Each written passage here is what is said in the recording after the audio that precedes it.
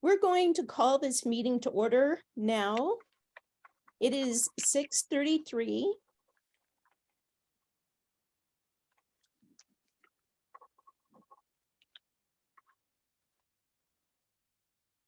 On January 23rd, 2023, and this is a public meeting of the City of Portland Police Accountability Commission Subcommittee on Structural Oversight. If the Spanish language interpreters, Talia and Maria, can you please give the information on Spanish language interpretation now? It would be helpful.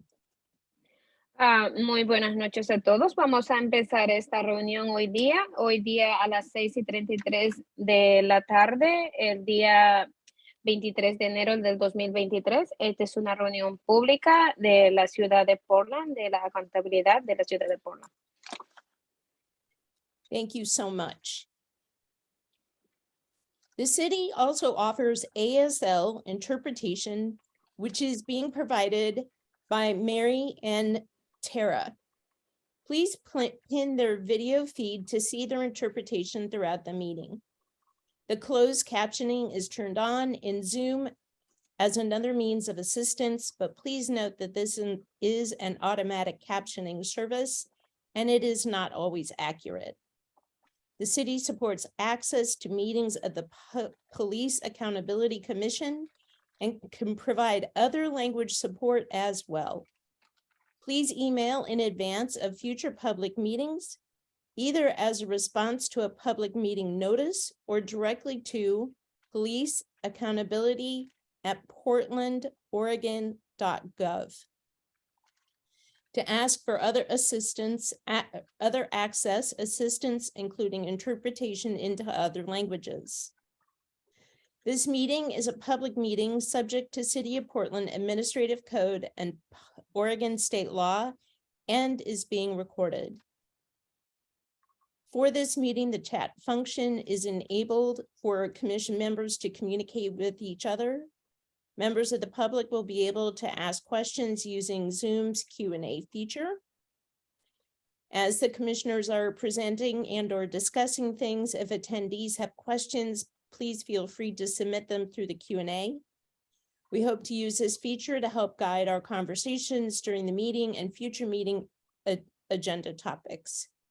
We'd like to be clear that not all questions will be answered during the meeting, but if answered, both the question and the answer will be visible to you and will become part of the meeting record.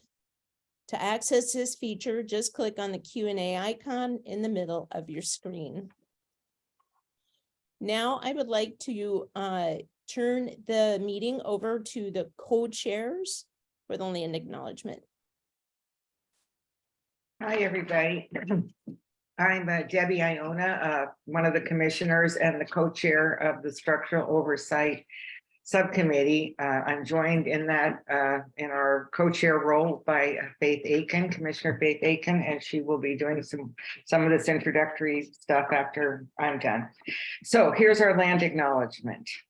We acknowledge that the rivers, lakes, streams, and lands of the Lower Willamette River rest upon the occupied territories of the Multnomah, Wasco, Cowlitz, Cathlamet, Clackamas, Chinook, Tualatin, Kalapuya, Molalla, and many other tribes. We recognize the many villages, traditions, cultures, and relationships that existed along the river since time immemorial. We recognize these tribes stewarded these lands and rivers since time immemorial for future generations. We recognize and undertake responsibility for the destruction of the river and land, of traditional food sources, sacred places, and multifaceted ways of life. We acknowledge the economic and social values that enabled the harm to the river, including systemic racism, classism, and other systems of oppression that perpetuated harm against Black, Indigenous, and immigrant communities along the river. With this acknowledgement, we commit to honoring and learning from the past in working towards a more equitable and sustainable future for the Lower Willamette River. We commit to seeking solutions that acknowledge the inequities of past socioeconomic policies and the harm done to people and our relationships to these lands and waters. And so now Commissioner Faith will take it from here. Thank you so much, Co-Chair Debbie. We are going to go into our community agreements. And we have part 1 here. So I invite you to read silently, and then I will ask for part 2, and then I'll ask for agreement. So feel free to read part 1 here.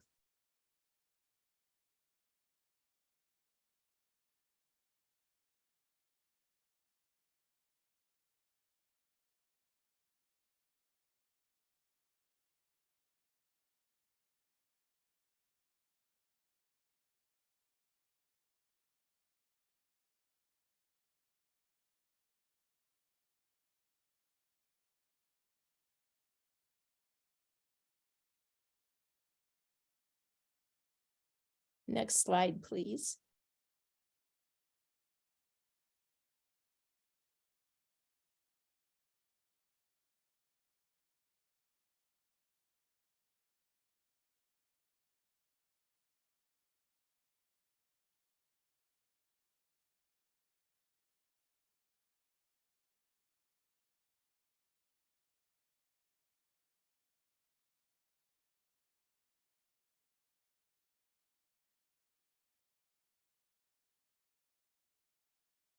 Next slide, please. So if you notice that a conversation is coming close to violating a community agreement, please call your fellow commissioner members in gently with compassion. If you are called in, please take a moment to consider how you can best participate in the space while still respecting the community agreements and making space for everyone. Do we all commit to following the community agreements for today's meeting and to gently calling each other in? If so, may I see? Thank you so very much. All right. I would like to have co-chair Faith take us through the timeline. Yes, good evening. I'm Faith Aiken. I use she, her pronouns, and the co-chair of this subcommittee, along with my colleague, Debbie Iona. All right. So as you know, this meeting is a part of the Police Accountability Commission's power and duties phase of work. We're focusing on the functions of the new system. Future phases of work will develop the form of the new system, as well as how it relates to the rest of city government and the transition plan from our current system to the new one. The commission will present all proposed changes to City Council in 2023 for their consideration and approval. Next slide, please. Slide 8. All right. This slide shows the outcome documents for the powers and duties phase based on the agenda and scope approved by the commission. This subcommittee focuses on how the new oversight board will conduct structural oversight of PPP, including policy recommendations, involvement in collective bargaining, and the ability to propose changes to laws affecting police and policing. Slide 9, please. This slide is the current project plan for the powers and duties phase of the PAC's work. It will be updated as needed through this phase of our work. This slide is for members of the public to be able to understand how the commission gets from now through the end of the phase, which focuses on identifying the areas of agreement among commission members as to the functions of the new system. Today's meeting is part of the gold box with the red border near the bottom of the screen. Slide 10, please. Following today, we have upcoming meetings of the PAC. Specifically, we'd like to highlight the full PAC next meeting on Thursday, January 26th. The commission is planning a community listening session and Q&A for Tuesday, January 31st, which will be held over Zoom. And then slide 11, please. Today's meeting agenda includes working through the updated co-chair draft of the areas of agreement on structural oversight, flagging items for further discussions, resolving items, and if finished, referring the full document back to the full commission for their consideration later this month. The subcommittee will also hear public comment during today's meeting. Thank you so much, Co-Chair Faith. We're now going to start discussing the draft PAC areas of agreement on structural oversight, which the subcommittee is tasked with referring to the full commission for its approval. I'll now pass it over to Co-Chairs Faith and Debbie to explain the updates to the document since the last meeting on January 12th.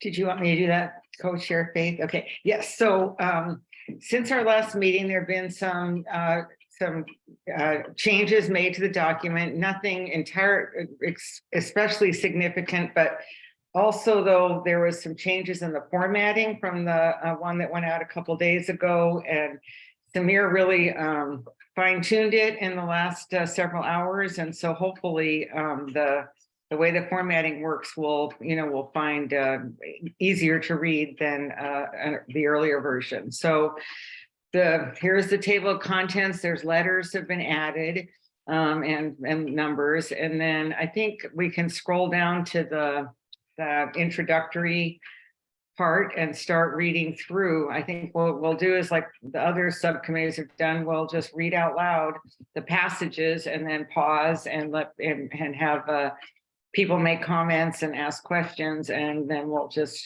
then decide whether or not we're good with it or if we need to come back. And the idea we're going to try here is allocating about 5 minutes to each section. If we can't kind of take care of things within that 5 minutes, we'll flag it and then come back, circle back again after we reach the end of the document. Fortunately, ours isn't terribly long, so we hope we may have time to come back and revisit anything that is sort of left hanging. So I'll start with this introductory passage, and then Co-Chair Faith can do the A section. Okay, sounds good. The Oversight Board, the board, shall have the authority to make recommendations to the Portland Police Bureau and City Council on Bureau policies, practices, directives, and training. To facilitate this work, the Oversight Board shall have staff dedicated to policy work.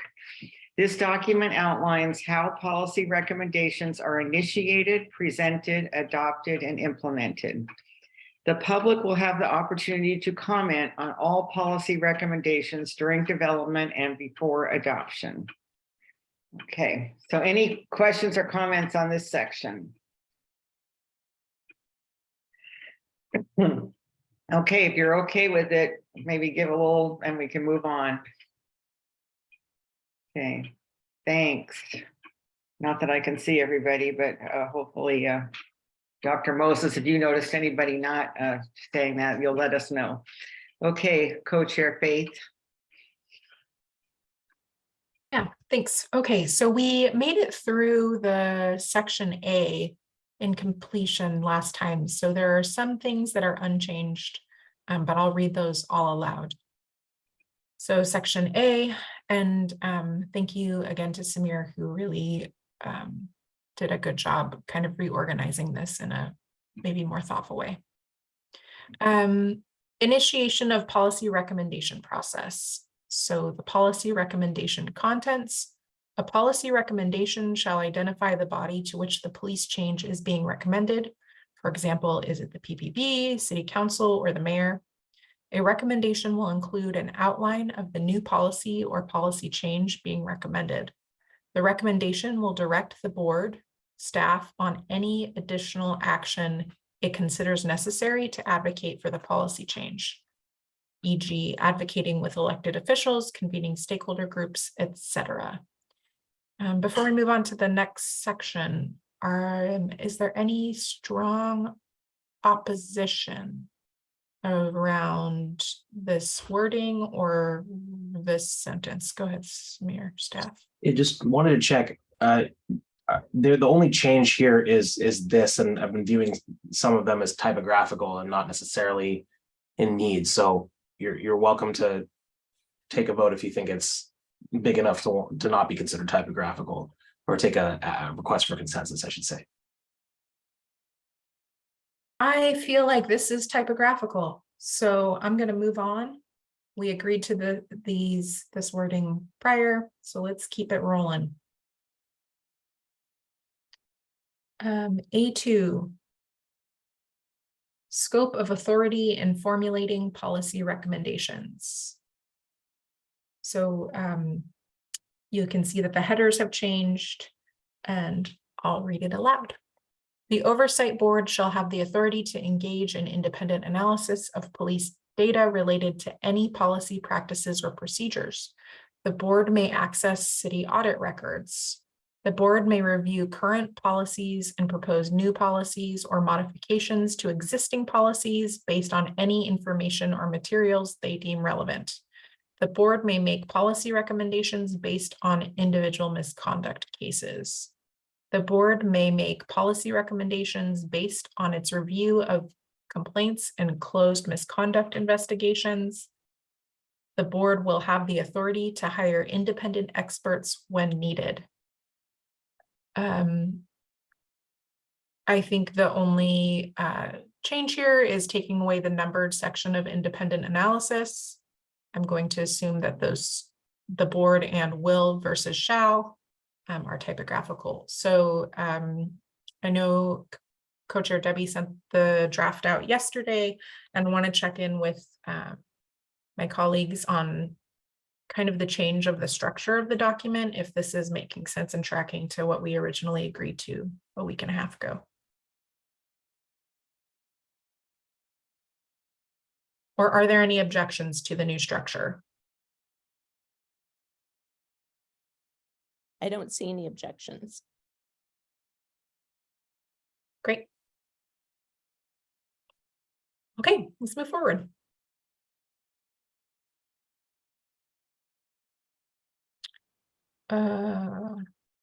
Okay, and then our final section here is, okay, we'll talk about that in a second, sorry. The board shall have the authority to review training materials and attend trainings for Bureau employees for the purposes of formulating recommendations. The number of board members observing training sessions should be fewer than a quorum. And I see a note here that this question has gone to the city attorney's office. Yeah, this and Co-Chair Debbie maybe will explain more on this, but it's a question as to whether or not it's necessary, because trainings are not necessarily and not generally open to the public. And if sending a majority of members, or I should say a quorum of members of the Oversight Board would make that contradict public meetings law. And so just a need to check that to see if it's necessary. So will we just kind of leave this sentence as it is until we hear further from the attorney's office? That's up to the subcommittee, but you could. That sort of seems like just to leave it there so we don't forget about the idea. But if it turns out, we find out from the city attorney that this is not a problem, that if all the board members want to come and observe a private police training, then possibly it's okay, but we don't know the answer to that. And so that's how come figured we better ask the city attorney. If they can't all be there, then we'll have to leave that in. If it's okay for them all to be there, we can take it out. Great. Colleagues, is there any strong opposition to that decision? Okay, great. All right, so maybe let's do a thumbs up on section 1. So the thumbs up is we will accept the typographical edits and the structure edits of section 1 and 2 to now be A2. And finally, we will leave the highlighted sentence in until we hear from the city attorney's office. And if they say no, we can strike it. So thumbs up if that sounds good. I see some thumbs up except for Casey. Oh, there's Awesome. Casey. Great. Okay, thanks, Casey. Okay, I'll pass it over to Co-Chair Debbie. Okay. You could scroll up some so I can. And thanks for making it bigger. B, policy recommendations may be initiated through at least 6 processes. The board may also identify additional entry points. B1, board member proposal. A board member may suggest a proposed policy recommendation. Members of the public may suggest proposed policy recommendations to the board for its consideration. With the support of at least one other board member, board members and/or staff shall prepare a proposed policy recommendation for consideration by the board. So I just noticed something on the first line, proposed is capitalized, and on the next 2 lines it's not. So I think let's make it all the same. I would, I tend to not like to use capitals, but that's my preference. Okay, so does anybody have any questions or concerns about this section?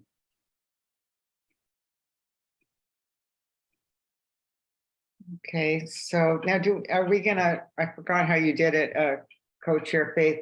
Do we ask for approval now, or we move to the next section, then come back and do a chunk, B all at once?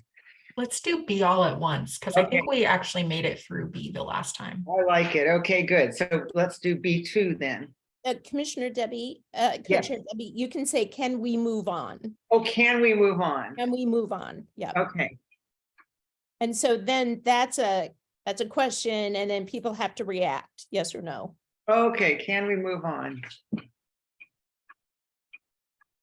Yes, okay, very good. Ajay says yes. Okay, good. Okay, B2, community member proposals. The board will have methods for members of the public to suggest proposed policy recommendations to the board for its consideration. With the support of at least 2 total board members and/or staff shall prepare a proposed policy recommendation for consideration by the board. Any questions or concerns about this passage? Can we move on? I see affirmation.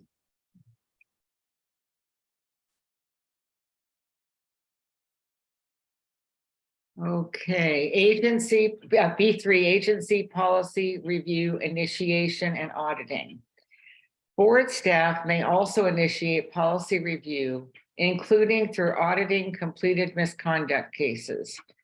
If the board staff initiates a policy review on its own, it shall inform the board and invite participation throughout the process, including submitting a proposed policy recommendation to the board for approval. Okay, any questions or concerns about this? I Okay, don't see- do you see any, Dr. Moses? I don't. Okay, shall we move on, or can we move on? I see many little nods. Okay, good. I So the need next something. next section, B4, Thank you. systemic findings in misconduct cases. During its investigations of complaints and determination of findings, the board may, in addition to findings specific to the officer and complaint, determine systemic findings. For example, policy failure. The determination of a systemic finding will automatically initiate a policy review in which board members and/or staff shall prepare a proposed policy recommendation for consideration by the board. And then this is an added passage. When the board finds a policy in need of prompt attention, it may forward its recommendation directly to the Bureau. Now, the inspiration from this is right now, like the Police Review Board, and when they hear a case, if they find something, a policy issue that's of immediate concern, they just recommend to the Bureau that they take care of it without going through a lengthy process. So this envisions that sort of option for the board if something comes up that really is pretty clear to everybody that it needs to be taken care of. So any concerns or questions about this section? I'm gonna call on Co-Chair Faith and then Commissioner Angie. Is the intention of this to override the 2-member proposed policy recommendation criterion? Maybe we should put something in there, because it wouldn't be just one board member who gets to say, oh, this is a serious policy. It seems to me that the board would need to decide as a group that, you know, this is something that needs immediate attention. Let's refer that to the Bureau for them to deal with. Maybe we need to be explicit about them taking a vote amongst themselves, because this would be actually making a straight, not just saying, let's study this. This would be like, we actually want them to change this as soon as possible. So I would think you'd want a consensus or a vote of the board before you did something like that. So maybe some different wording on that. But it looks like Angie's hand is up too. Yep. Commissioner Angie. Sorry, I couldn't find my mouse. Yes, that was exactly what I was going to ask. If we can make that more explicit in that, if we, you know, I don't know if we want to say a quorum of members or or a formal vote or how we come to that conclusion that there needs to be a policy or needs to be forwarded to a bureau, but we need to make, I think we need to make that a lot more explicit than it is right now. And I don't know, are we going to wordsmith right now? Or I don't think it should be too hard. I mean, so if this is right at the end of a case, one would assume there'd be a quorum there because they couldn't have heard a case if that was the case. So what if we just say, when a majority of the board finds a policy in need of prompt attention, what about that? Saying it that way? yeah, I think that, thank you. Sure. Could you repeat that? I apologize. So when a majority of the board,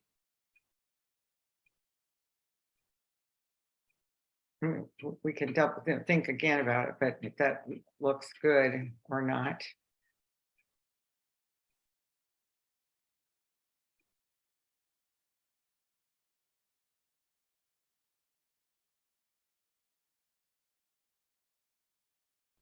Okay, so any how are people any more addition? Okay, so do people support this addition? Commissioner Faith? All right, Yeah, sorry, it's a comment. Our colleague Dan Handelman put in the Q&A. I would suggest a majority of those present for a meeting or hearing, in case there are smaller panels, which I agree with. Good So, idea. yeah, when a majority of the board present. Yeah, right. Or board, should we say board members present of the board? I don't know if you need that, but. thank you, staff. Yeah, just wanted to flag that a lot of the questions related to voting thresholds came up and were discussed a little bit in the last meeting of the subcommittee and were removed because they relate to the 4th phase of work, which includes the form and how the board will make decisions. So maybe as a way of addressing both the content, but also the time spent here on that question, this is something that's in the structure and details phase of work, along with some other matters. Just wanted to flag that. And that's based off the agenda and scope, which the full commission approved. Okay. Now that we've sort of agreed to this, maybe we should just, I mean, I'm assuming people have agreed to it. Maybe we should just leave it rather than undo it and start over in the next phase. Distinct possibility, Co-Chair Debbie. I'd like to ask Commissioner Angie to pipe in before we get to that. I'm sorry. I would like to give a little bit more clarity in the verbiage about the determination of a systematic finding, like how, it will automatically initiate a policy review, but how, what is that? How is that determined a systematic finding?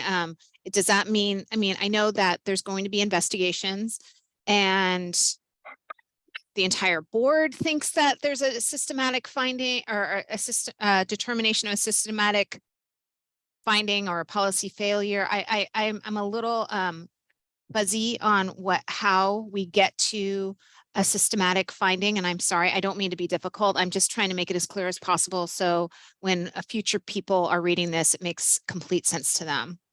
Well, so we talked about for the findings in misconduct cases, there's in policy, and I may not have these exactly right, but so the police officer will be found either in policy, out of policy, insufficient evidence, or unfounded. Those are the 4 choices.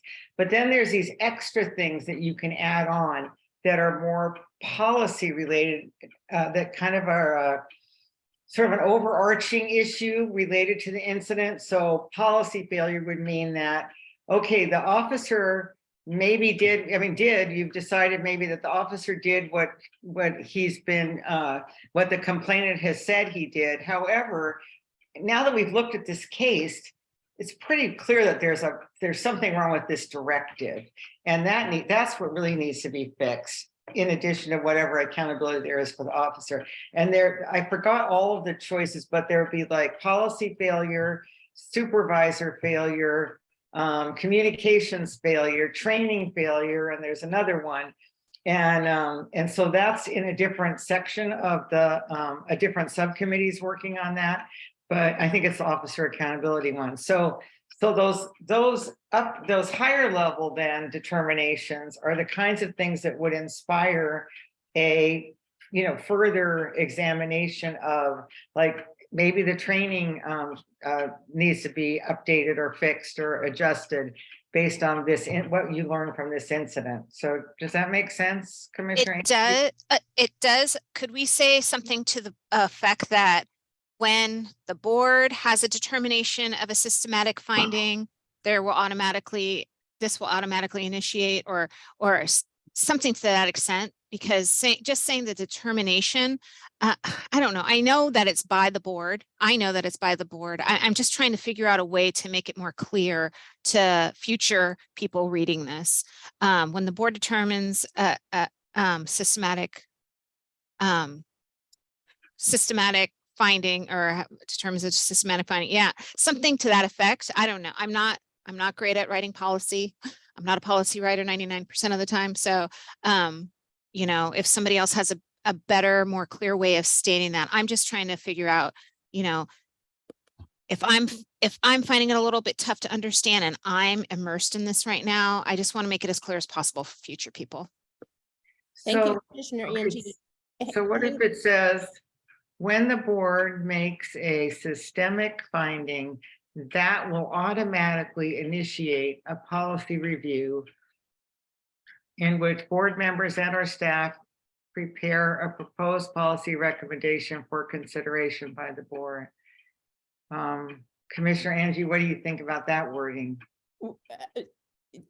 Commissioner Debbie, so Commissioner Sophia has had her hand up for a bit, so I want to. Oh, good. Good. Yeah.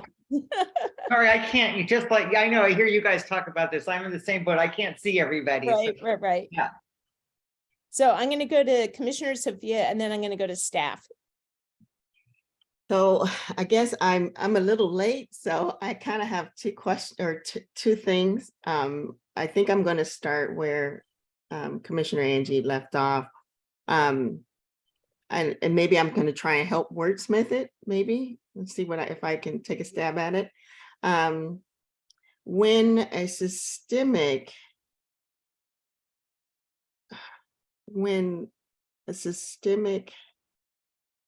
finding, when a systemic issue is found, the board will automatically initiate a policy review.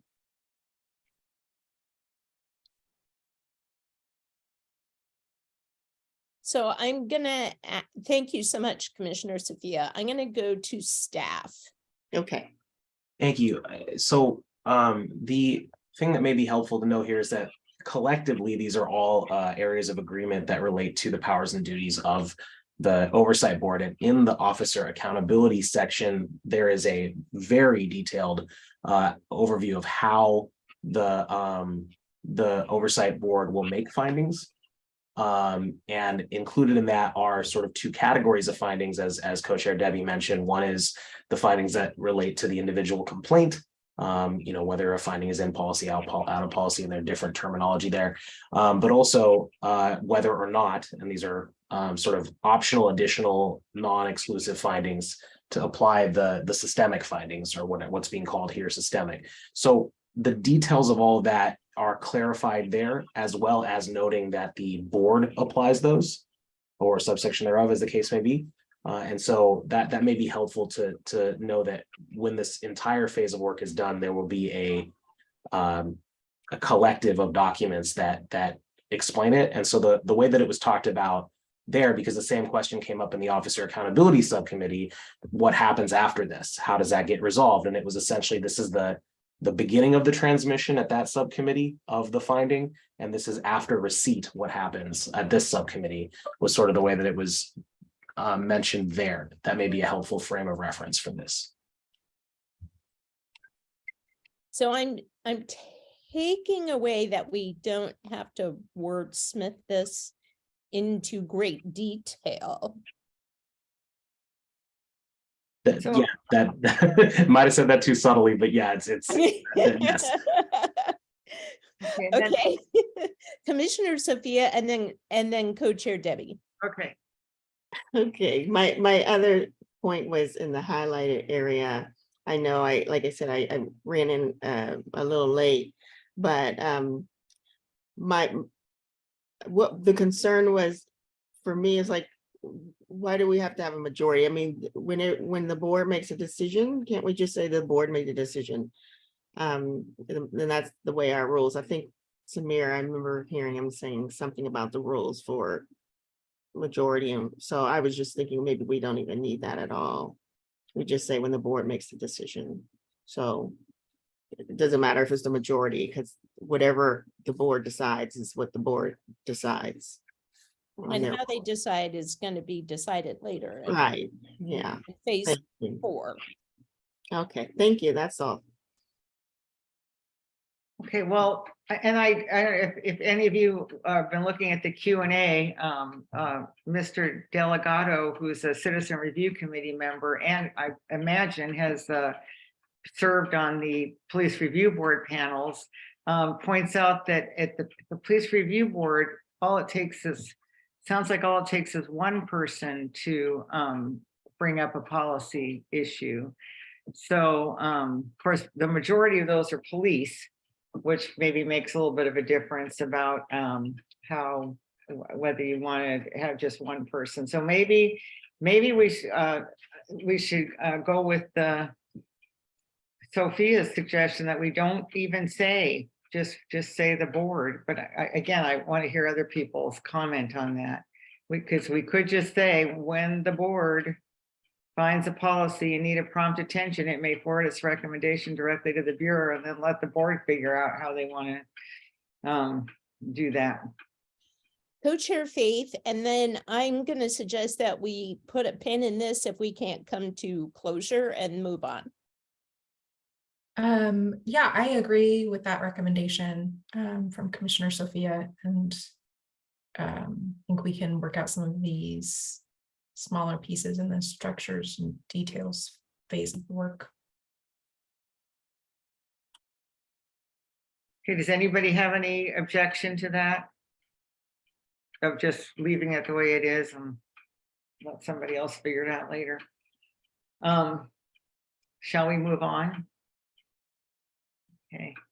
So it totally fine to move on from this part, but there are still two versions of this up here. So are we flagging that for further discussion later, co-chairs? Or is there a determination between the two that you'd like to make? Makes the system.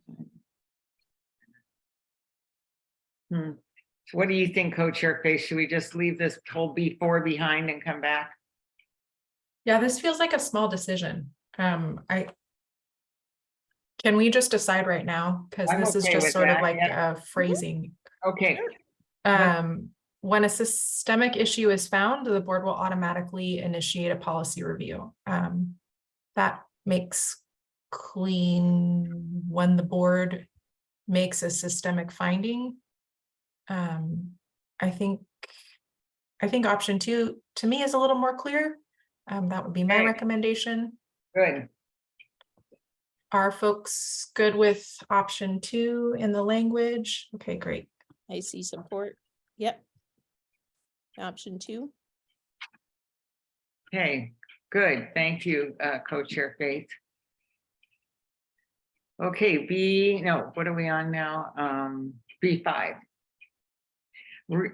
Reviews of undesirable. Sorry, Oh, sorry. Co-Chair Debbie. Oh, okay, great. We are accepting the rewording down there. Okay, B5, go right ahead. Okay, B5. Reviews of undesirable police-related incidents, Sentinel event reviews. The board may initiate non-blaming, forward-looking root cause reviews of undesirable police-related outcomes and develop recommendations for preventing reoccurrence. The review may involve representatives from law enforcement, the judicial branch, forensics, board members, civil rights lawyers, members of the public, and other relevant participants. The panel will take public comment throughout the process. The board will issue a report at the conclusion of the review, which may include a proposed policy recommendation. Any comments or questions on this passage? Commissioner Ajay. So I know like a lot of the literature talks about like non-blaming, but in the literature I've read, the thing is that they go on to explain that it's, it's more about finding the errors in the system than it is about punishing individual officers. Like that's the point of these Sentinel event reviews, right? But my only worry about the language of non-blaming is that like different people have, like, without clarifying exactly what that means, like different people have different understanding what that means. Like I've gone to like FitCog meetings and it's like they don't want you to even bring up certain things because they consider that to be like blaming or like accusatory. And so it's not that like, because Sentinel reviews have been around things like a police shooting, like where, we can say that a specific officer did this thing, or like, someone being racially profiled and held at gunpoint, like those types of things have initiated Sentinel event reviews. And so in those cases, you can kind of, say like an officer is, to some extent responsible for this without necessarily blaming or punishing. But so basically my worry is just that like different people's understanding of what blaming means might like limit this. So I would change it, just focus on the fact that it's like not about punishing individual officers, because I think that's what that specific phrase is trying to entail, and non-blaming just seems a little bit too broad, and that broadness makes me worry a little bit. So just my thought. Should we just take out that little phrase altogether and just say may initiate forward-looking root cause reviews of undesirable police-related outcomes? Maybe, but let's hear from Commissioner Casey. I just wanted to second what Commissioner Ajay said. I agree with her completely, and she put it better than I could. So Very good. Thank you so much.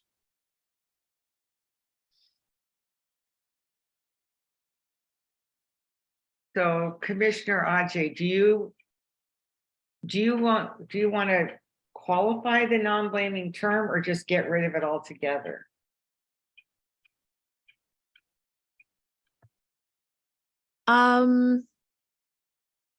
I would like to get rid of it, and I mean, maybe we could put something in there like develop recommendations for preventing recurrent whatever reoccurrence rather than, you know, punishing individual officers, something, I don't know, because it seems like important to mention that there is this element of like, we're focusing on the system here and not the individual behaviors.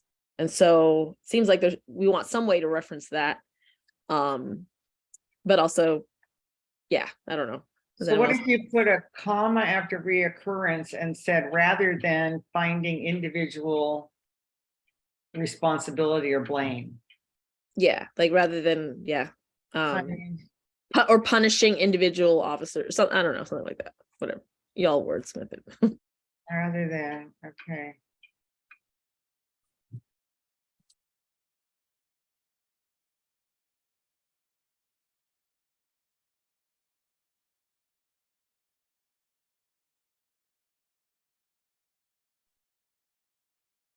Okay, does that kind of capture what you're thinking? Oh, I'm so sorry, Commissioner Sophia. All right. No, I was thinking, I was waiting for them to update it. Great. So I just have another term that may be considered. I agree that taking out the blaming part, which is easier, and my thought would be, rather than punishing the individual officer, we could say, and develop recommendations for preventing reoccurrence through continuous process improvements.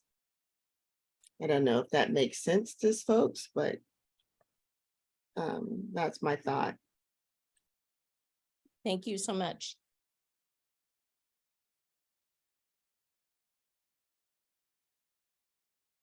Commissioner Ajay, does that suit you? Yeah, I think that's Okay, a really great good. idea. All right, yay. All right, so Could somebody Um, please, our yeah. internet here, not great. Commissioner Sophia, could you repeat what you said? Develop recommendations for preventing reoccurrence through continuous process improvements.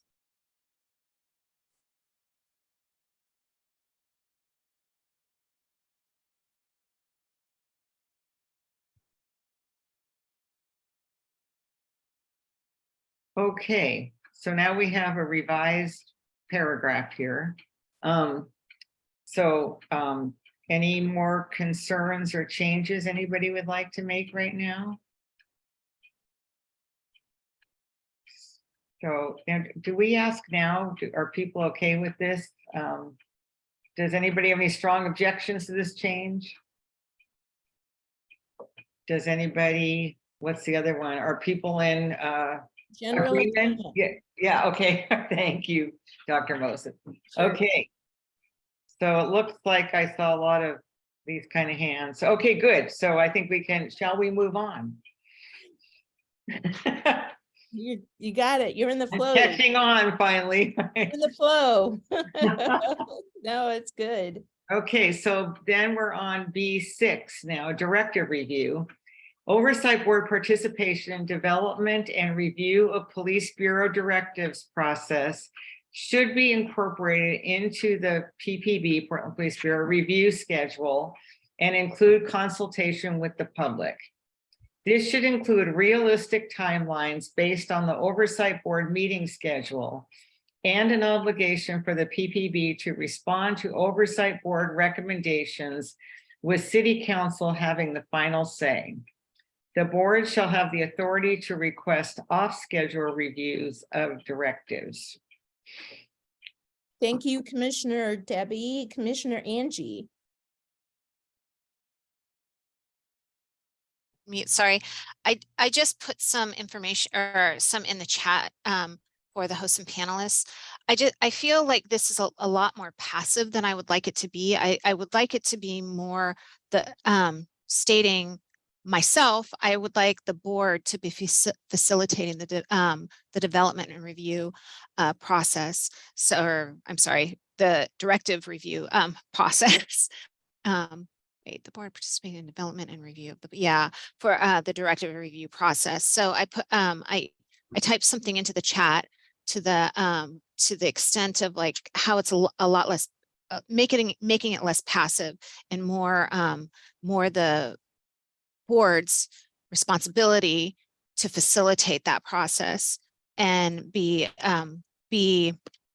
scheduling the timelines and putting that out there to have an agreement by the police board or bureau, sorry, the PPB. I'm just going to say PPB, sorry. So I think, oh, sorry. Oh, I was just going to say, thank you, Commissioner Angie, for typing it out and for us to being able to drop it into the document here. Yeah, when I have a complete thought, I like to share it sometimes. Yeah. It's great. Thank you. Thank you. Sorry, I'll put my hand down. That's okay. Co-Chair Debbie. so I think though we'd have to find out about this, you know, the police bureau, and I think it might be part of the settlement agreement. They actually are required to do these regular reviews of all of their directives. They have a whole schedule. I've heard the DOJ person commend them on the way they do this. So what I don't know is if they're required to do this on a regular basis and the oversight board is doing the same thing in parallel, is that, I mean, is that kind of some wasted effort and overlap? And I don't know the answer to that. I'm just wondering. So I think maybe, in my opinion, maybe this is something we might want to save to get more and look, you know, figure out later, because we might need more information. Could I speak again? Yes, I'm you sorry. Thank you. I'm sorry. Could we say something to the point of PPB can maintain their authority to make determination of whether or not, you know, to follow or something about that, you know, knowing that they also have a mandate to do these implement or have these directive reviews. You know, maybe we can put something in here also about that, you know, maintaining their authority also, but making sure that our board also has power, as much power as possible. That's what I'm looking for in this paragraph for us. And I'll stop talking. Thank you. Co-Chair Faith. Yeah, Commissioner Angie, I agree with the change in wording and the sentiment. And I also agree with Co-Chair Debbie of just maybe this is one, well, if the rest of the subcommittee agrees on the change to the more active participation of the board in this process, we could put this on pause to just make sure that it's aligned within the scope of the powers and duties of what the board can do. So it could be a one to pause. That would be my recommendation. Thank you, Co-Chair. Co-Chair Debbie. So I Oh, mean, I'm so sorry. Commissioner Sophia. You're on mute. I was gonna say, just go, I was just having a thought, considering the comments so far. And I just wanted to make my idea known that I like the idea that the board, especially as far as the public is concerned, I think it's good for the board to have input on this and to be that facing person for the community. As far as powers, whether we can or cannot do that, I don't see why we couldn't. And then the other thing, I guess I'm trying to address Co-Chair Debbie's issue about kind of repeating things. I just think that the board would be more,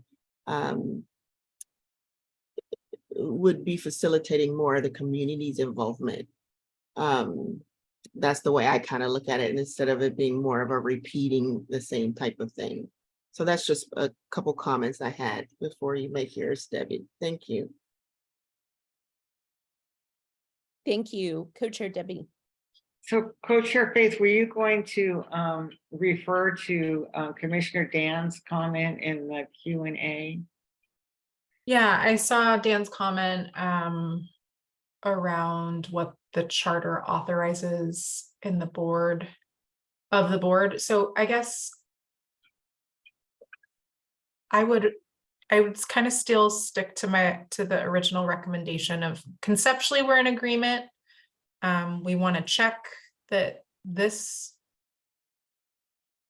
would work. It seems like there's some maybe sticky parts that it doesn't work with this language, but let's confirm and Okay, and So come back. okay, so you're suggesting that we put a pin in this one and come back after further research. Very good. Staff. Yeah, just to clarify that, to make sure that the effort is not in vain between now and then, is there conceptual agreement? As Co-Chair Faith mentioned, might be a good question to quickly ask with the two parts of that. Dr. Moses. Yes, please. Would you like to? Yeah, sorry. No, go right ahead. Okay, so is there any strong opposition to that conceptual agreement? And then is there general agreement to that conceptual agreement? Could you restate the conceptual agreement? To have a more active role as illustrated in Commissioner Angie's text, which is on screen at the bottom here, with exact wording to be determined after finding if there are conflicts in the settlement agreement, and I added or other higher order law, like the charter or anything like that. Yeah, so is there, sorry, just to ask one more time, is there general agreement to that? So Debbie, Commissioner, Yep. I have a comment. So I actually thought that the way the original passage was written gave the oversight board quite a bit of authority, because it requires the police bureau to align its directives review process with the oversight board's meetings, so that the oversight board could have a meaningful role in making recommendations for those. Plus, it also gives, if the police bureau doesn't want to accept the oversight board's recommendations, they can go to city council and have the city council make the final decision. So I don't know, I thought that seemed quite a lot of authority myself, but so that's my comment, and I'm happy to go forward in whatever way everyone else wants to do. Staff. Yeah, just to clarify, the part about the council still exists. It's just down in C, which we haven't gotten to yet. It's in where is it? Sorry, it's in D. Apologies. It's in D1 and D2. So we'll get to that in just a moment. Not disagreeing with anything else or anything at all that Co-Chair Debbie mentioned. Just wanted to flag that that particular section is not one that this subcommittee meeting has gotten to yet. Although it's mentioned right in that paragraph that's crossed out. See, with city council having the final say. So again, to me, this was I sort of felt like this gave the board quite a bit of authority over this, but I'm also happy to assist in helping find the answer to this this question, and then we can figure it out our next meeting with some additional information from the Bureau. And I see that staff has added with city council having the final say. Does that work for you, Co-Chair Debbie? Well, I still feel like, and it's probably just because I'm in a rut and I get these emails from the police bureau all the time about their directives review. So I mean, they really, they crank them out all the time. They have a team that works on this, and it's being done. And as long as the oversight board can insert itself into that process in a meaningful way, that seems to me like a rational way to go. but also I'm happy to go along with, to accept this and see if it's actually feasible and then come to a final decision at a subsequent meeting. So Co-Chair Debbie, can you, am I understanding you that you are willing to stand aside for now? Yes, Okay, and that we can go ahead and move on. yes, that sounds great. Beautiful, thank you. I would love to give us a break. And I would love for us to come back at 7:40. Nice quick break, come back at 7:40, pretty please, thank you. So let's go back to the document.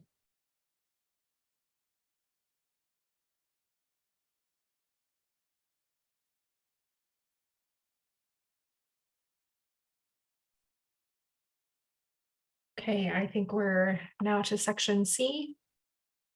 Yes, Process for board approval of policy recommendations. Potential policy recommendations identified from review are presented for the board for consideration, discussion, and potential adoption. A proposed policy recommendation, I think this is the same as Debbie's edit, is a lowercase p on proposed. A proposed policy recommendation shall be placed on the board's agenda for consideration at the next meeting and may be considered or referred to a subcommittee. The board will take input from community members on policy matters while they are under development and before the board votes. There's a note here, may be redundant with new text in the header paragraph. Yes.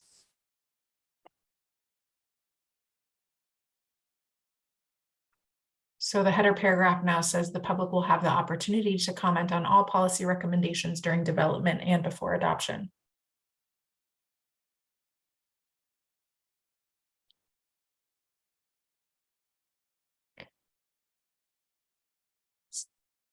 so the suggestion is to remove this?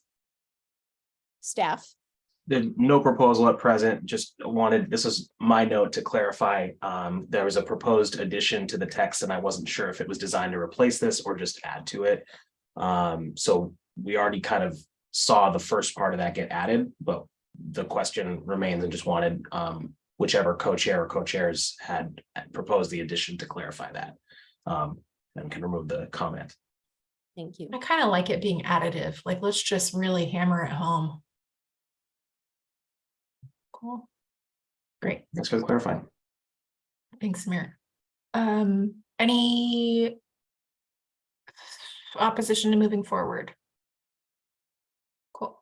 Okay. C1. Presentation of policy recommendations.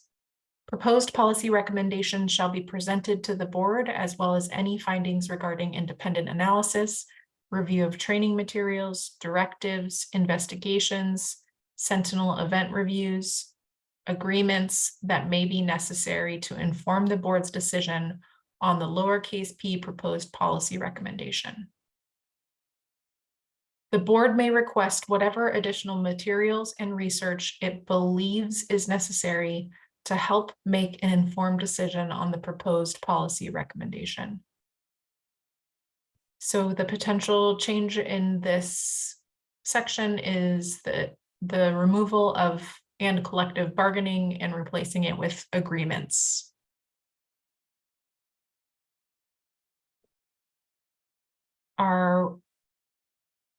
Shall we move on?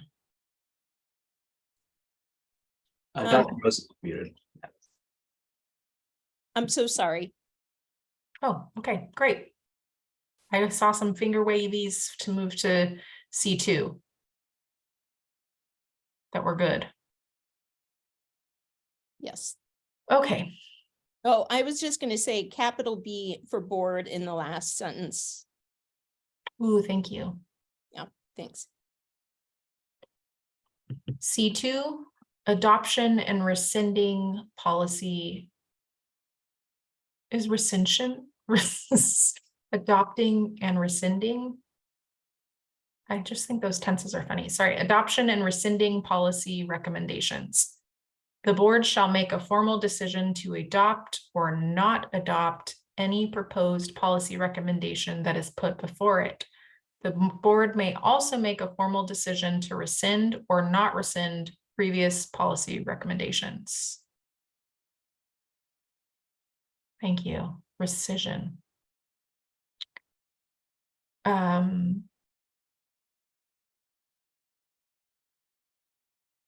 Shall I move on? Great.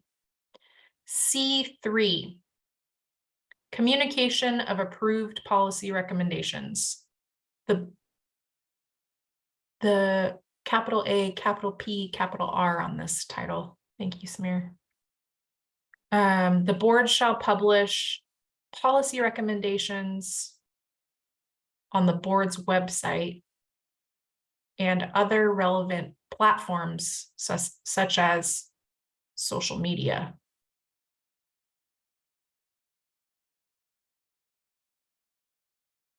Shall I move on? Oh, we're in a whole new section. Debbie, it's you now. Okay, section D. Staff, Oh, Sorry, this one's not a typographical one, so I think may need to take a quick ask for consensus on the change here. Thank you. Sorry. Thank you. Is there any strong opposition to including relevant platforms such as social media? Is there general consensus to include this new language? I see consensus. Thank you. I have my hand up really quickly. Can I just say, we sound kind of old and codgery saying relevant to social media, but whatever. I'm okay with being old and codgery. It's fine.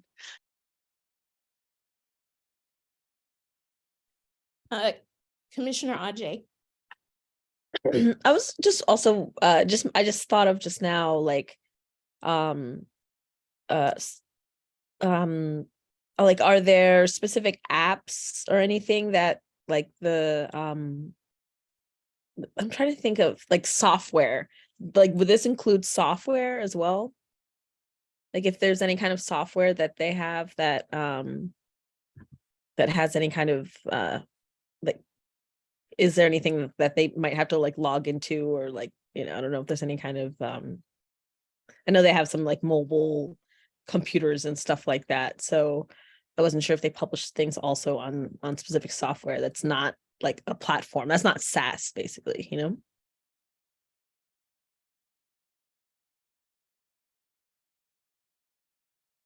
Do you want more research? Oh, Commissioner Angie.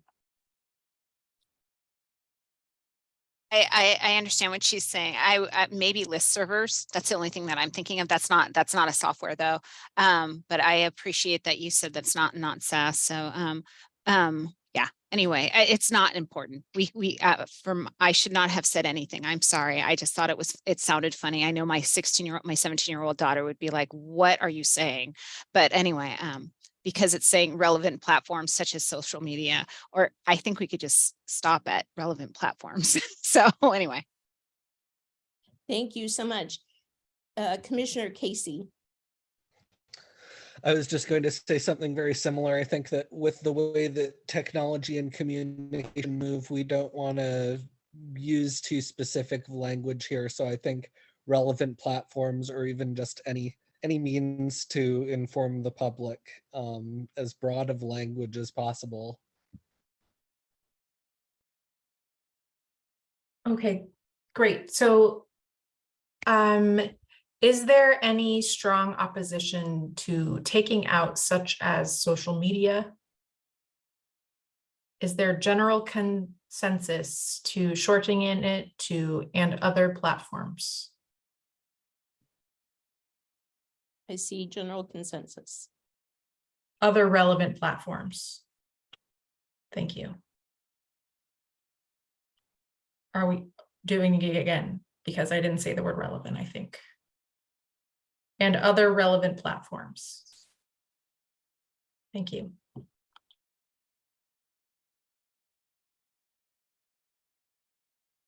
D, Okay, are we ready for D? yes. Okay, great, thanks. Implementation of policy recommendations. When the board adopts a policy recommendation, the board shall collaborate with staff to coordinate necessary steps towards implementation. Do we need to talk about that? It's next steps and a capital B for board. Oh.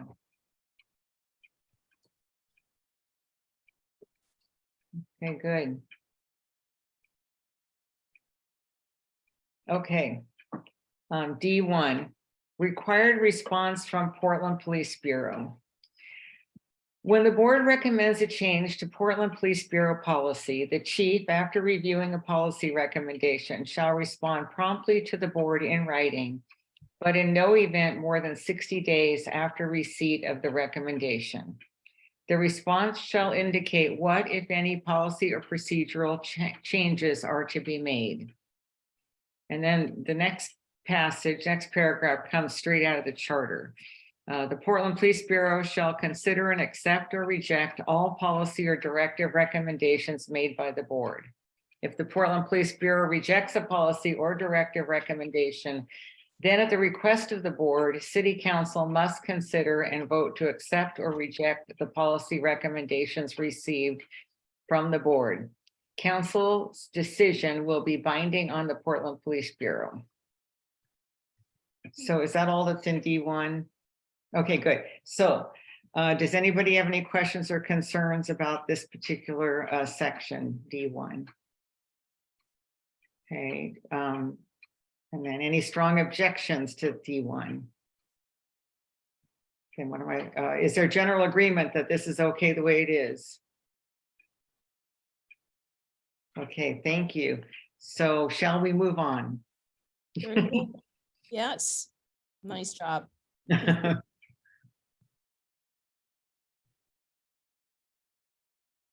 D2, Okay, D2, City Council consideration of policy recommendations. If the chief fails to respond within 60 days after receipt of the recommendation, the board or staff shall place the matter on the council calendar for consideration by City Council within 15 days thereafter. If the board recommends a change to City of Portland policy or law, the City Council shall put the recommended change on the agenda of a public City Council meeting for discussion no more than 3 weeks after the receipt of the recommendation. Any questions or concerns about this section D2? Okay, any strong? Commissioner Sophia? Oh, good, okay. I just had a sort of a question because I missed, I'm just reading this. If the chief fails to respond within 60 days after receipt of the recommendation, the board or staff shall place the matter on the council's calendar for consideration by council. Okay. My thought was, this is just semantics. My mind is like, so it's on the calendar for council for 15 days if they don't respond, right? So never mind. I'm muddling. Sorry. It's okay. Thank you, Commissioner Sophia. So I think, I have to say, I kind of think that these passages were copied out of the current city code on the IPR, but I could be wrong about that. I think that's why that word thereafter is in there. But yeah, so, okay. So any strong objections then to this particular section? Do we have general agreement that this is okay? Very good. Yep, I see Okay. general agreement. Okay, shall we move on? So now there's this D3 follow-up thing that I think in my conversation with Samir, this is something that Commissioner Angie was maybe thinking about. Because, oh, good. So Commissioner Angie, maybe you can talk about what you were thinking. Well, I'm gonna go staff first and then Commissioner Angie. Yeah, I just wanted to mention something that came up in the Q&A really quick about the previous item. Apologies for the pace there, I was a little behind. Commissioner Dan, who is in the audience, mentioned that the charter text talks about if the PPB rejects a policy or directive recommendation in addition to non-response, and made a suggestion of D2, including if the Bureau rejects a recommendation. Oh, I see. Adding, rejects a recommendation or fails to respond to. That's the suggestion from Commissioner Dan, yes.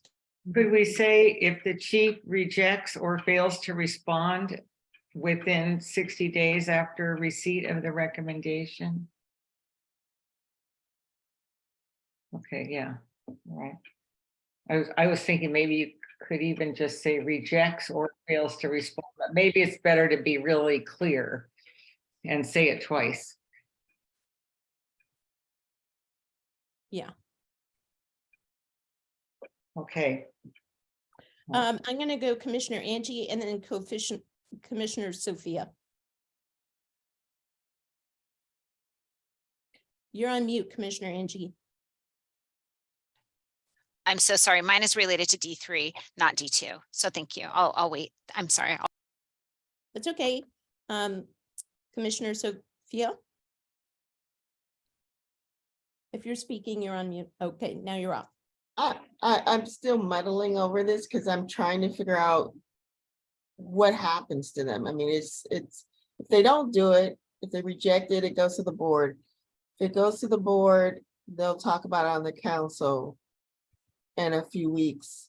But what happens? I mean, I guess they're going to talk about it and make a decision. I guess it just feels like to me it's incomplete.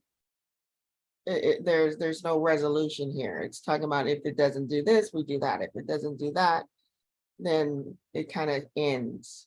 They put it up for discussion no more than 3 weeks after the receipt of the recommendation, and then what happens? I guess that's where I was going with that. Well, so if we go back to D1, it kind of talks about that, but I wonder in D2, if we said for consideration and a decision, instead of seeing that first paragraph, the last line, does that sound better, Commissioner Sophia? Yeah, because it just sounded like there wasn't a resolution, and that's why I was reading it the first time, and I was like, felt like I was going in circles. That's why I stopped.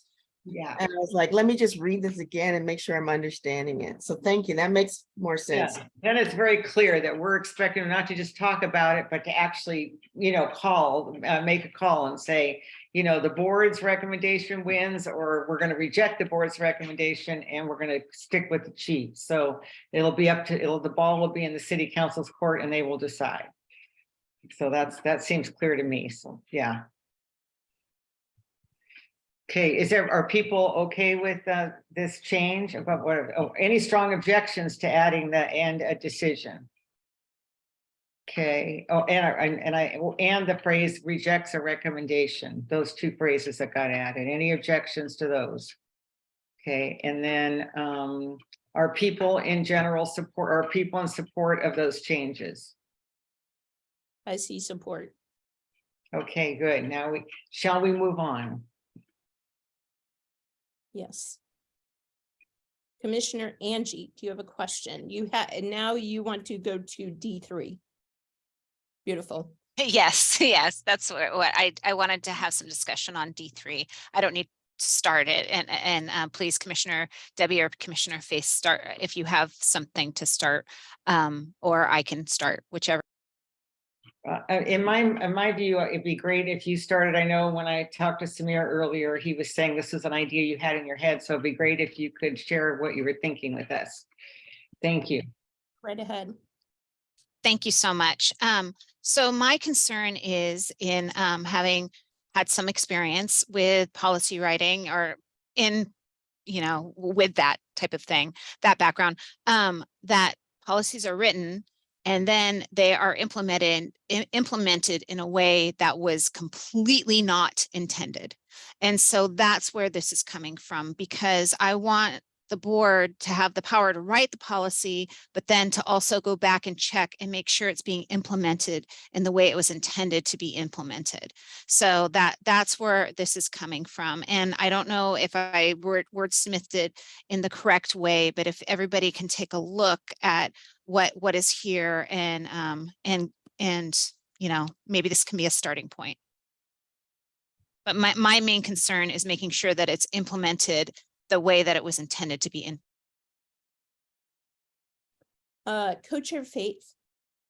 Thank you so much, Commissioner Angie, and thank you for the suggested words. Yeah, I agree. Thank you. I think the only area that I'm a little stuck is in the second line. The board shall have the authority to pursue full implementation of the recommendation. So it sounds to me as if the board are the implementers in the way this is written. So if there's just a way that we could say shall have the authority to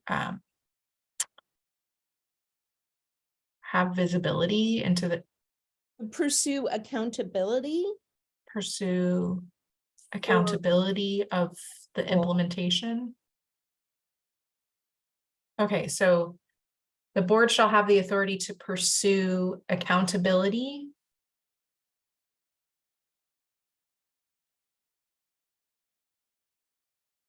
of the full implementation of the recommendation. Commissioner, well, Yep, go right ahead. Commissioner Casey. Thank you, Co-chair Faith. I was just going to say, I think that it would make sense to say something like,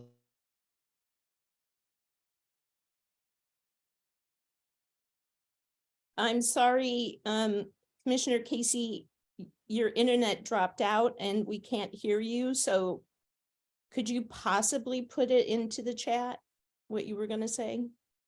can anybody hear me now? Now I can hear you. All right. I was just going to say, I feel like monitor and enforce would be good language. Monitor and enforce full implementation, because that's sort of the dual role of both making sure it's being implemented and if it isn't, raising a ruckus.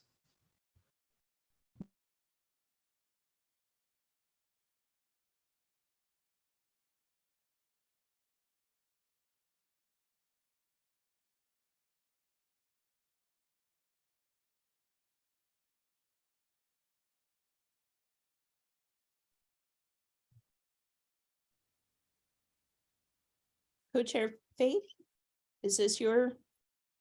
No. Okay. No. Commissioner Debbie. So, Co-chair Debbie. And then I had one little thing on the fourth line, requesting the chief, or should it be designee to attend and brief the board? Okay, so now this has been rewritten. Maybe I should read it out loud one more time. If a board recommendation is approved by either, and I think either is spelled wrong, PPB or the city council, the board shall have the authority to monitor and enforce full implementation of the recommendation. This may include continued advocacy, requesting the chief or designee to attend and brief the board, and requesting data or reports from PPB to determine the level of progress towards implementation. So does anybody have any strong objections to this newly added section? Do we have agree? I can't remember the right phrase for this. One second, Co-chair. Oh, yeah. Commissioner Casey. So I would just add at the end of the paragraph, or any other actions the board feels is necessary to take, just to make sure that if they think of some other thing that we're not thinking of right now, nobody tries to argue that, oh, the language doesn't allow you to do that. Thank you. Okay, good. All right, so Any more additions or? One Change. second. Oh, sorry. Co-chair, staff, Yeah, I think it may be worth inquiring, and this is maybe a suggestion for a flag, not necessarily a decision either way, but to get some clarification from an attorney about the definition of enforce in this capacity. Just because I'm not sure if there's a legal meaning to that may be helpful for subcommittee members to know. So this is not a suggestion to do or not do anything to the members of the subcommittee. It's your decision, but just wanted to mention that might be something that staff follows up with to try and get some more information for you. Anybody have any questions about that particular point about the use of the word enforce? Okay, well, it sounds like we're good with our staff checking up on that. And then, okay, so any objections to the way this is written right now? With the caveat that Samira is going to check up on enforce. Okay, and then do we have general support for this section the way it's written now? I see general support. Okay. Okay, shall we move on? See if we're to another letter yet. Oh, yes, now it's co-chair Faith. Okay. Section E, collective bargaining. The Bureau of Human Resources shall reserve during negotiations with collective bargaining units representing PPB sworn officers and their supervisors 1 seat for a representative chosen by the board from among its own membership and 1 seat for the board director. The city attorney shall consult with the oversight board during the collective bargaining process and inform the board as soon as practicable regarding any potential changes to the police contract.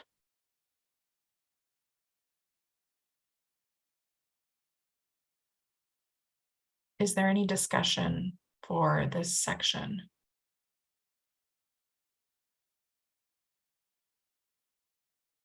Is there any strong opposition? Is there general consensus to move forward? Cool, great.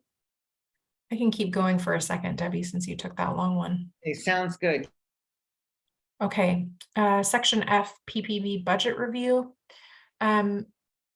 So yeah, this is a little bit of a discussion. Obviously, it's blank.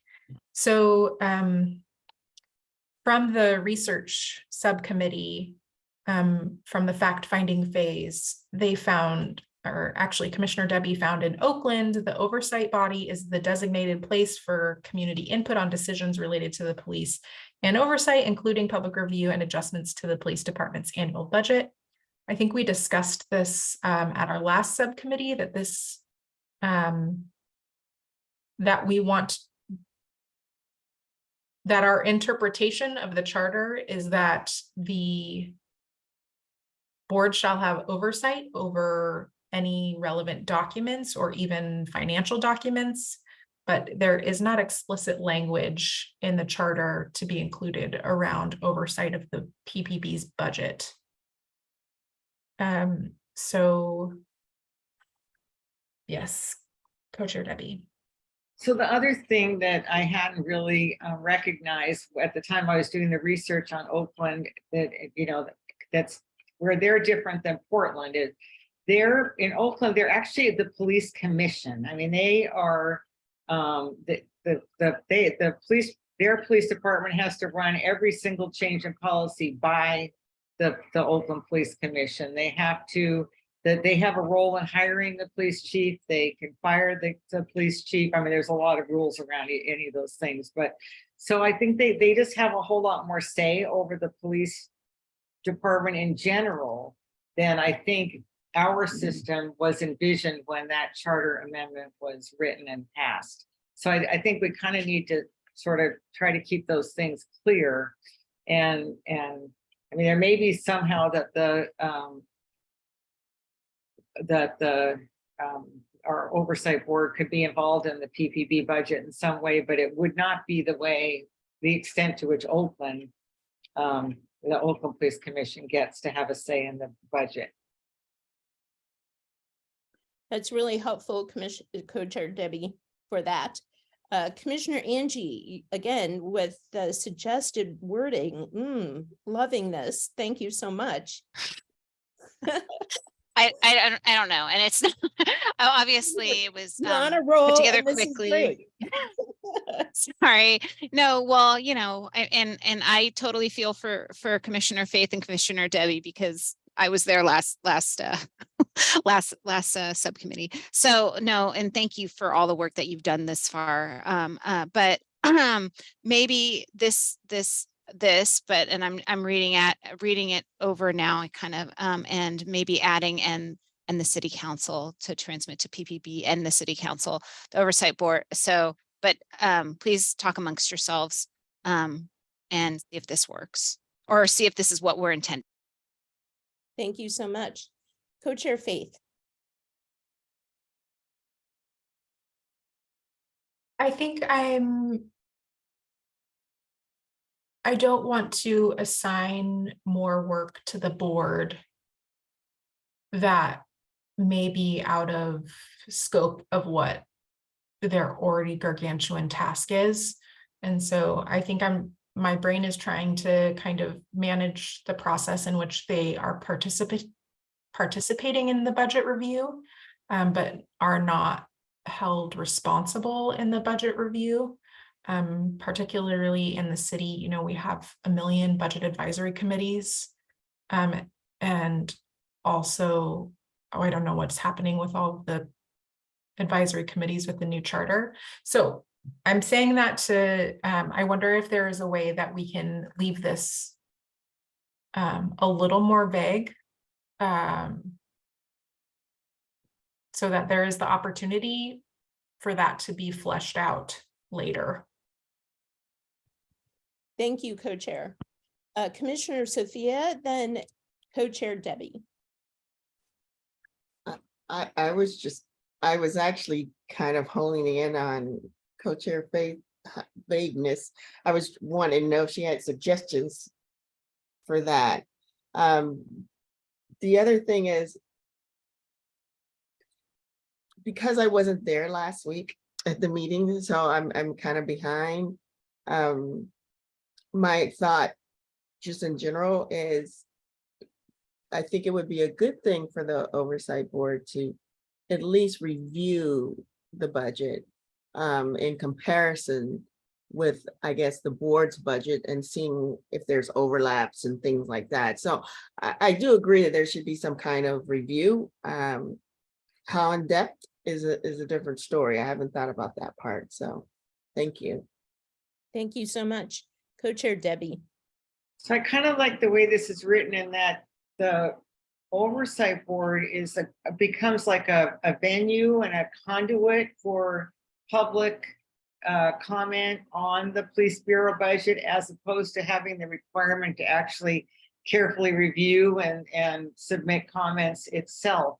So you could say, and I also hear Co-Chair Faith's concern that we just not pile so much on them that they're going to have a hard time doing it all. So we could change shall to may, and that makes it a little bit less, you know, I mean, if they don't have the capacity, then they can skip it. But in a way, it seems like it might be nice to have, let's assume that the public's going to attend oversight board meetings. And so you have this built-in audience who cares about this kind of stuff. And then once a year, turn that meeting over to look at what the police bureau is recommending in its budget, and give the public a chance to make comments, and then pass those on in a brief report to PPB and the city council. That sort of seems like a nice middle ground to me, but I'm also open to what others think. Thank you, Co-Chair. Commissioner Angie. You're on mute.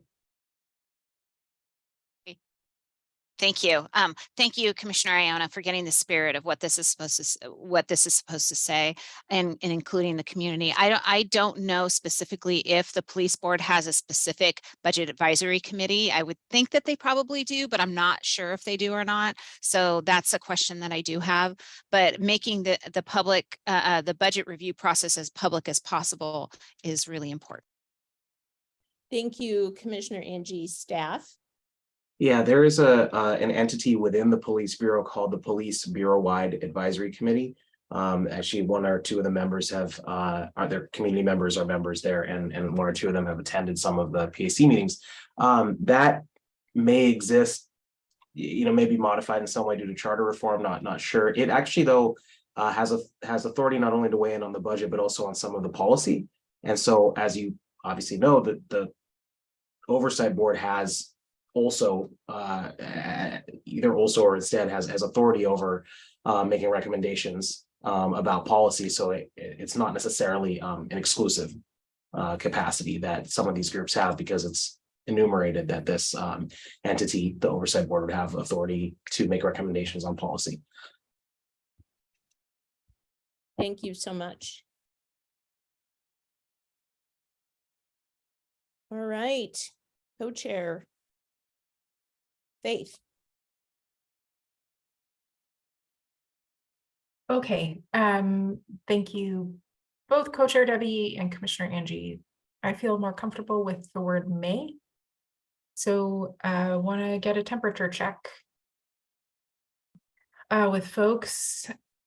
Is there, before I do that, Samir has his hand raised. Yeah, just wanted to mention in the Q&A, noting that annually from Commissioner Dan, that because there are two budget bumps, budget monitoring processes is what that stands for. It's BMP, and it's actually just budget adjustments or opportunities for adjustments. So the text is, I'll just put it in the chat so it's visible. But yeah, wanted to flag that in case it was of interest. Thank you so much. So perhaps with that, just the removal of annually. So the Oversight Board may facilitate a public review of the PPB proposed budget before its official submission and receive public comment to transmit to PPB and the City Council.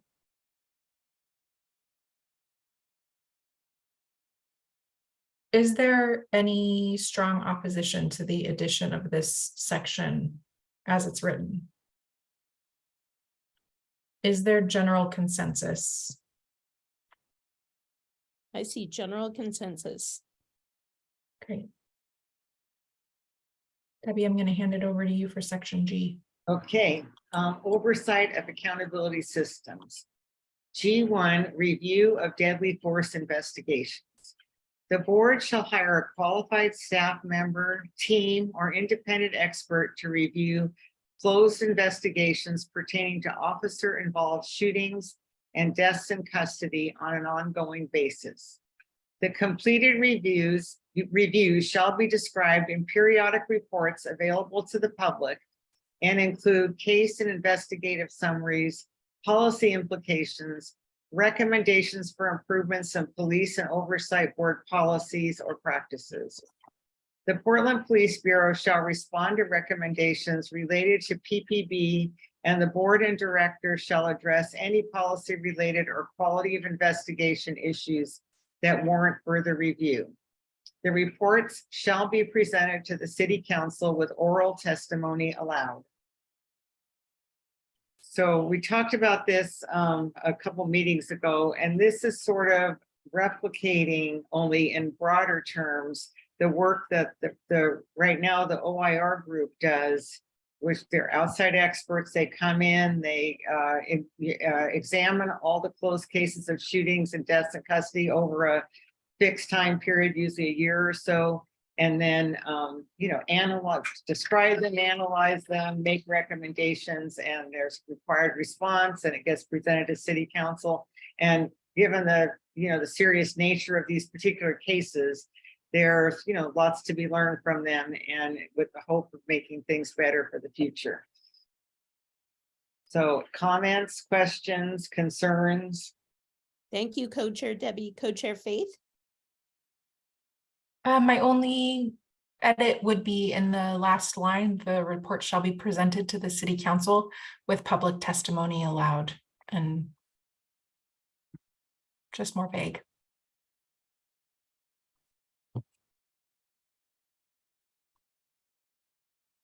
Any other comments?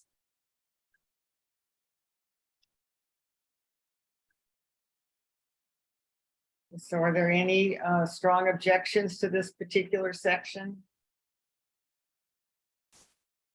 Do we have general support for this particular, with to G1? I see general support. Okay, shall we move on? Oh, maybe we're still doing this, sorry. Yes. G2. G2, continual improvement. The board shall ensure a qualified staff member, team, or independent expert examine oversight board performance, the charter, city code, and board policies and protocols on an ongoing basis to make recommendations for improvement. Commissioner Angie. I want to thank whoever crafted this, because one of our values, or our last value, was continuous improvement of the board. And this is a review of the board. So thank you very much for including this. The only thing I would thank you for pulling that up. Continual effectiveness. I think it's really important for us to write that into our documentation, because it's often overlooked, and you can't improve if you're not evaluating yourself, right? So thank you for including that. The one thing I might suggest is to make recommendations for improvement to city council. That's the only thing, but thank you for including this.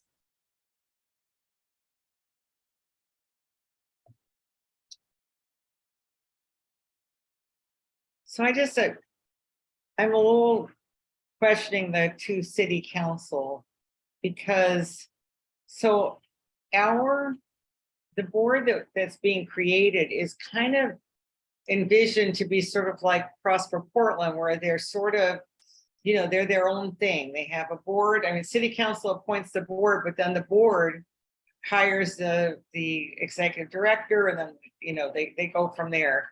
But it's sort of a freestanding thing. So if improvements are needed, which of course they always will be, is that something, when I'm trying to picture, if Prosper Portland needed to change some things in the way it does business, is it up to city council to decide, or is it up to Prosper Portland to make those decisions? And maybe I should ask co-chair Faith, since that's where she works. Yeah, the city approves our budget, or a portion of our budget, but any policy change goes to our board directly, not to city council. So maybe we should stay silent on that. We do want, we want this to be a strong and independent board, and not have city council running everything. Thank you. Staff. Just to clarify, two things. One is it doesn't say with the two make recommendations. This is a grammatical point, whether or not it's the qualified staff member, team, or independent expert who would make the recommendations. Just a little unclear there, so that might be helpful to clarify. And then I was raising my hand about that before the last comment, but just to ask the question of who the authority to change city code remains with city council. So maybe separate from some of the other potential changes that would be made. But if the oversight board wanted to make and was able to make recommendations to city council, or sorry, to city code, that would need to go to council, and then just to be able to be implemented. And similarly, to get it to the voters if it was a charter change. it would need to either go to the charter commission or in 10 years or city council in between. Commissioner Angie? Did I see your hand up?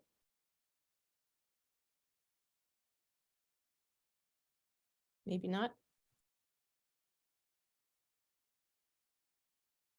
You're muted, Angie. Oh, no, I can't hear you. No, I can't hear you either.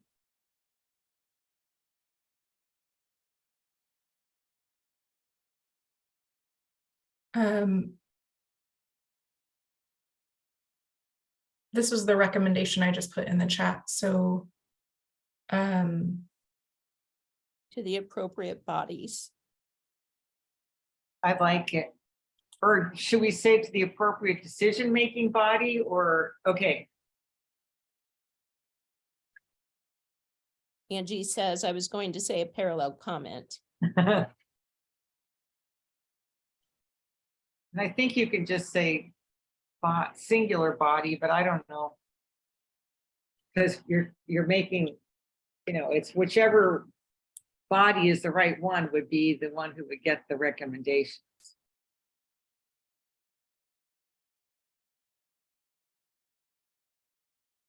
Okay, so taking another look at this continual improvement one, does co-chair Faith, raise your hand. Go right ahead. sorry, I just wanted to address Samir's earlier concern. So it seems like maybe this should just be 2 sentences. So the board shall ensure a qualified staff member, team, or intern, blah, blah, blah, and board on an ongoing basis, period. And the board may make recommendations for improvement to the appropriate decision-making bodies. Yeah, thanks. Did you decide body should be singular or plural, co-chair Faith? Maybe sometimes it would need to be more than one.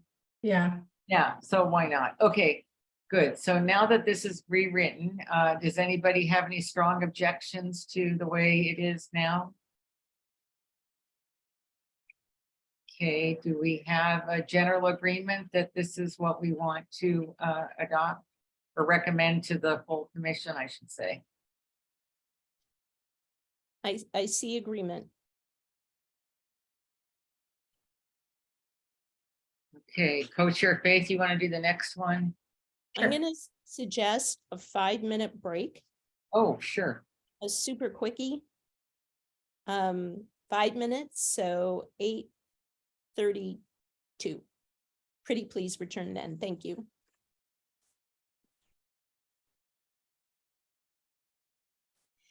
I believe we have section H. Is this our last section? It is. That's what I heard. Pretty good, huh? Okay, friends. Section H, board proposals related to federal and state law. The board may officially endorse legislation/policy ideas and shall have the authority to testify in front of relevant government bodies and communicate its policy positions with employees and elected officials at any level of government. The Office of Government Relations shall consult directly with the board as part of its development of the city's legislative agenda in a manner equivalent to any top-level administrative division of the city government. Are there any thoughts on this section? Okay, is there any strong opposition to this section? Nope. Is there general consensus to section H? I see general consensus. How about if we just do a quick, well, first of all, yay, congratulations, friends, we're so close. And can we just do a quick top to bottom, Samir? I think there's only one section that we have bookmarked for ourselves. There are actually 5. What? Yeah, but some of them they're not necessarily the same sort of bookmark. One is, so let's just start from the top. This is a table of contents. We'll update it, of course. There's a definition here, which, as a side note, we didn't actually read this part, but it's a definition that was brought up from below. And so maybe it may be worth asking if it's okay to just use the same definition as below, because there was a change made on the non-blaming text and all that. Okay, I'm seeing hands. Yep. Thank you. So I'll just make a quick comment. And then just to run through what the 5 things were, there was a question to run by the city attorney's office as part of A2, the scope of authority, as to whether or not the quorum issue was an issue or not. And if not, to potentially revisit whether this text needs to exist in the document. Under B4, there was a flag for some further discussion on the second part of this. The first part got figured out insofar as how the wording would go. Under B6, this one was perhaps the larger one, to take a conceptual agreement, to have a more expansive way to do it, and essentially check if the current text works specifically, or if there was a conflict in the settlement agreement requiring, anything or another higher order law. D2, there was a flag which may be where is it? This one might have gotten resolved already, so please, co-chairs, correct me. I may have typed it down before. It was resolved, but looking to flag is sort of what happens. The question about what happens if there's consideration got flagged. And then finally, D3, there was another city attorney's office check that staff suggested regarding the use of the word enforce. So the 5 things, at least 2 of them require getting some guidance from outside. The first and last of those. Thank you so much, staff. Co-chair Faith. Thank you, staff. It sounds like there's 2 that need us.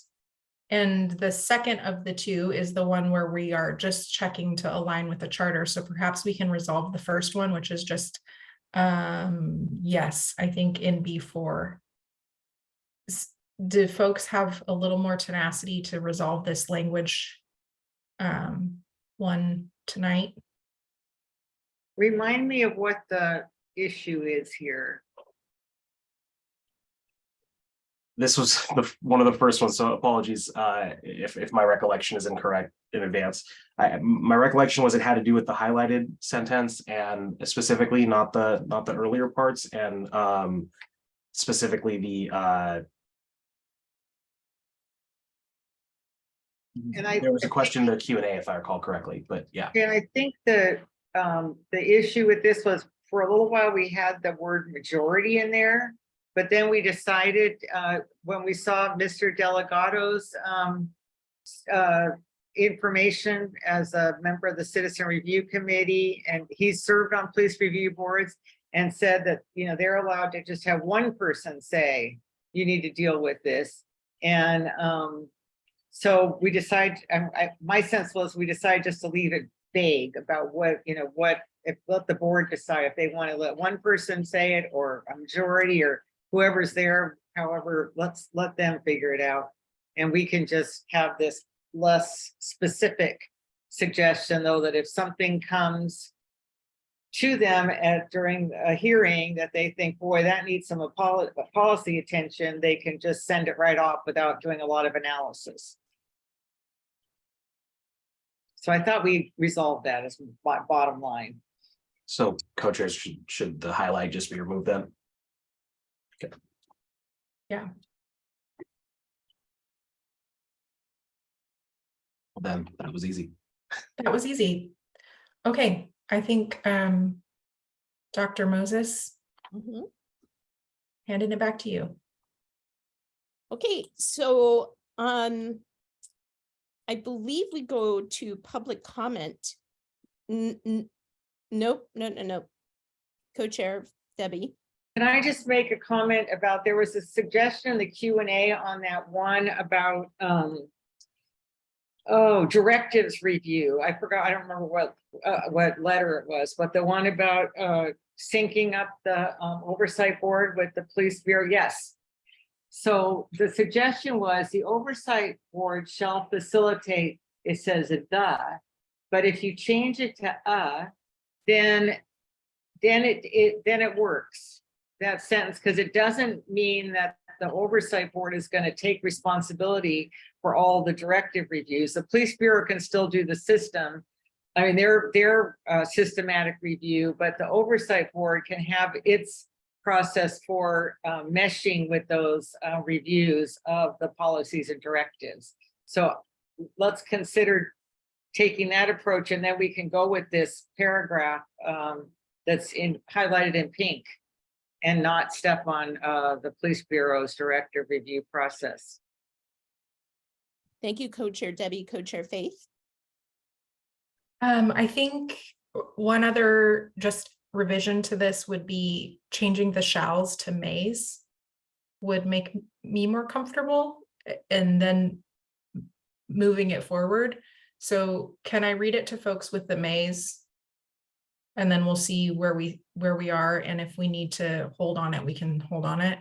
Yes. So the oversight board may facilitate a process of community reviews of Portland Police Bureau policies and directives, including portions of the directives review and development process. The oversight board may schedule timelines for community input on existing reviews and proposed new reviews, and collect and transmit input to PPB for their determination on the update of directives or creations of new directives, with City Council having the final say.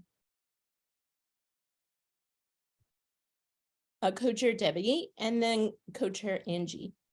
So the charter says the board shall have the authority to make policy and directive recommendations to the Portland Police Bureau and City Council. So co-chair Faith, so do you feel like changing those to may still fits with what the charter says?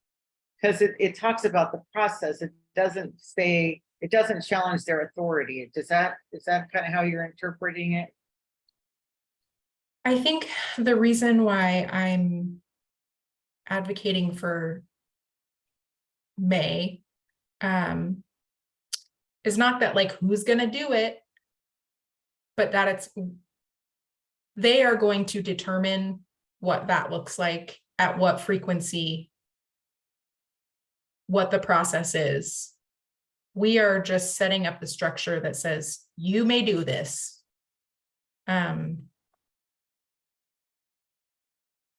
We have about 2 more minutes to discuss this. Yeah.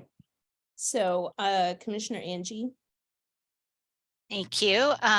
And I have a lot of respect for the commissioners that have put together, the co-chairs that have put together all this information, but I do need to push back on the language of may, because I want this to be really strong language and shall, and I do feel that changing the shalls to may, which sounds really funny, I know, but changing the shalls to may gives it less power. So I'm going to let Commissioner Sophia talk. Commissioner Sophia. I agree with that. I think changing facilitate a process kind of gives us a lot of leeway there. But the community really needs the board to review. I mean, it's really part of what the review board is supposed to do, is to do that for the community. So if you say may, it just doesn't quite, it's saying that, oh, well, maybe we'll help our community and maybe we won't, you know. So that's my thought process. So Thank you, Commissioner Sophia. So Commissioner Faith, last comment on this, and we may need to put a pin in this and come back to it. So go right ahead, Chair. I think I don't disagree with either of you, and am fine with the language of shall. I think the areas where I'm encouraging a may is just the specificity of scheduling timelines, that it will be existing or proposed new reviews and collect and transmit. So I think it's more of the action words that I'm wanting further discussion on, rather than they shall be part of that process and they shall ask for community input. Yes, I'm hell yes on that. It's just the maybe the more prescriptive language around the action that I'm encouraging a may. And I hear you, Dr. Moses, on the pause. Thank you. Thank you so much. And we're just going to give staff a bit of a moment to finish this thought, to take this note. So when we come back, we'll be able to know where we need to pick up again. And Commissioner Casey also had a note in the comments. I just wanted to let you know. I'm so sorry, I did not see that. And that's in the comments in the document now too. Oh, it is. Okay, fantastic. That's great. So public comment, we will now take open public comment on the issues the PAC is discussing, or community members can also tell their story about policing and police accountability. We ask members of the public to keep their comments or questions to 2 minutes in length and raise their hand in Zoom if you would like to speak. I see Commissioner Dan, and then I will take, after Commissioner Dan, I will take Commissioner Yumi. Or Citizen Yumi Delgado, thank you. Oh, good evening. This is Dan Handelman. I use he, him pronouns. I'm a member of the commission. And I'm going to preface this by saying I encourage you to vote on moving this document forward to the full commission after I'm done with my recommendations. Hopefully you'll put them in, but who knows? And I'm hoping the staff maybe will indulge me to walk through where I'm commenting with a share screen. I'm not sure if that's okay. I hope so. So I wanted to go to 2 minutes. I want to go to B1 and B2. Yeah, can you say the letters again, please? Sorry. B1 and B2. Just a moment. So B1 mentions community member input, but B2 is about community member input. So it sort of seems like you should take the community member input out of that, so it's not duplicative. C2. This is just a minor thing, but I don't know anybody that used recession. I think adopting or rescinding would be clearer. E, I'm not sure where it came in. This is section E. The board director is going to be part of this process. That wasn't part of I don't think it was part of the previous discussion for the board director to be in. And I think that since that board director may not be able to make all those meetings, it should be board director or designee if you're going to leave it in there. G1 also has a mention of the director in it that I wasn't sure where it came from. Again, I think the board, G1, oh, you're still typing. I think the board should be able to delegate the authority to the staff if they want to, but I think this should be G1. Yeah, it says the board and director, G1, yeah. So I think that, the board, and then if they want to involve the director, that's up to them. And then the thing about oral public testimony, that I understand why that word was struck, but I think it's important to make it clear that it's contemporaneous testimony at the hearing, because the city council sometimes considers that you can send in written testimony to be the equivalent of public testimony. So something just make clear that is, people can come and speak, or if they are unable to, have somebody translate for them. But that's what the issue would be.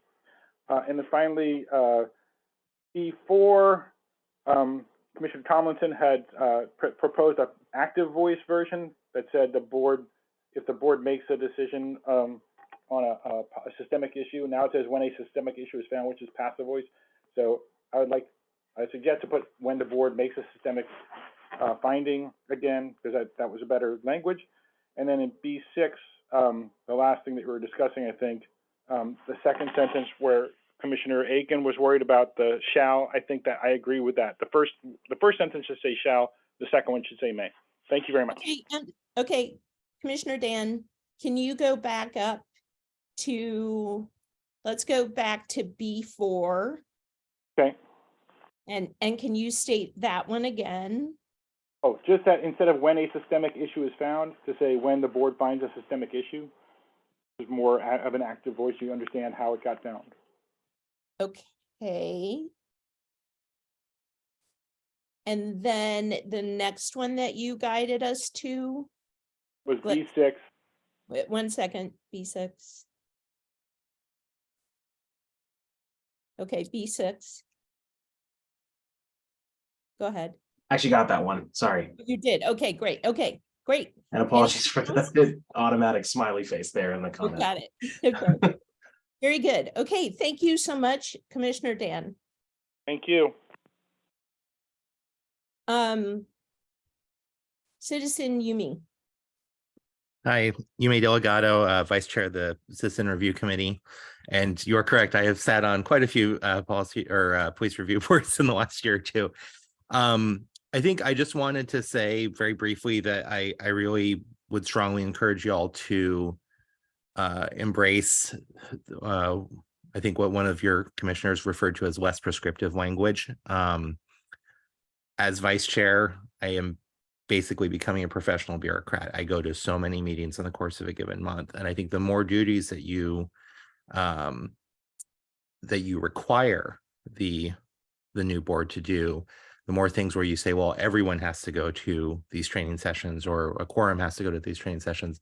Those sorts of things really sort of start to silo you into a very bureaucratic system where the only people that could do this job would either be paid staff, right? People who are serving full-time on the board, or people who have the lack of time constraints to do so. So people who are retired or independently wealthy. And I think that further separates you from true civilian community oversight.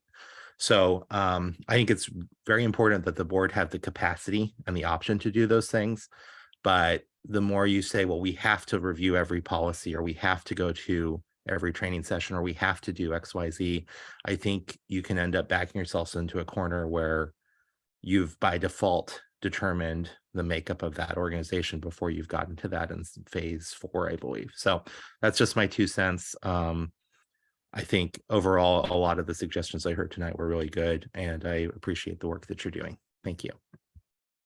Thank you so much. I do not see any other hands raised.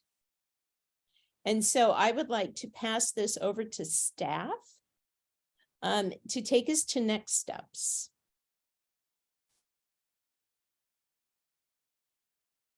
Yeah, sorry about that. So the next meeting of the subcommittee, which will hopefully be the final meeting of the subcommittee, will include first reviewing anything we hear back from people that are being asked about these questions. So likely city attorney's office for several of these, and working through the remainder of this.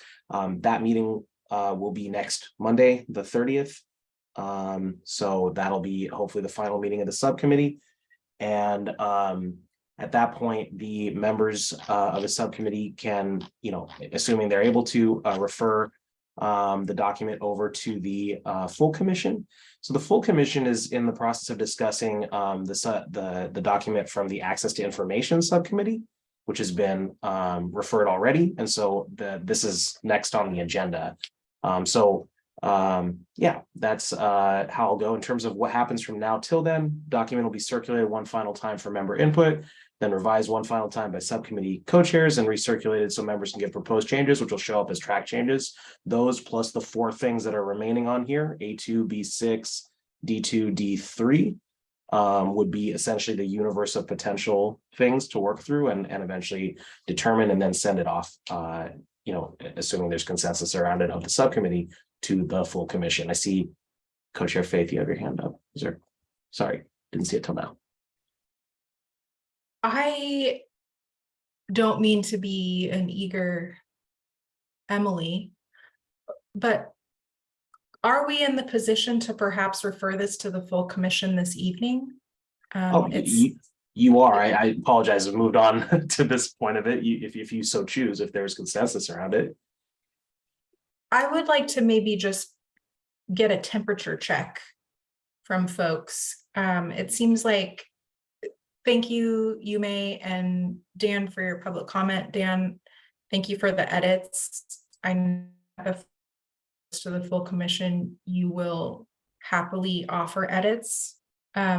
My recommendation is to offer our time slot to the Officer Accountability Subcommittee. The one area that needs to be resolved, I think we can resolve in the full commission. And the rest seem to be text changes. So I'd like to check in with the rest of the subcommittee on the comfort level of referring this to the full commission. Is there any strong no's, like we're not ready, we need to talk about this at another meeting? Would it be helpful to just quickly to share the screen with that, just so you can jump around if you want to look at any part of it? Sure. So it seems like the one area that we still need to finalize is the last section that we were just discussing around the directives. One. So this section, the directive review, I think co-chairs can come up with a recommendation on cleaning up this language. And then the rest, we're waiting on response from the attorney's office or others.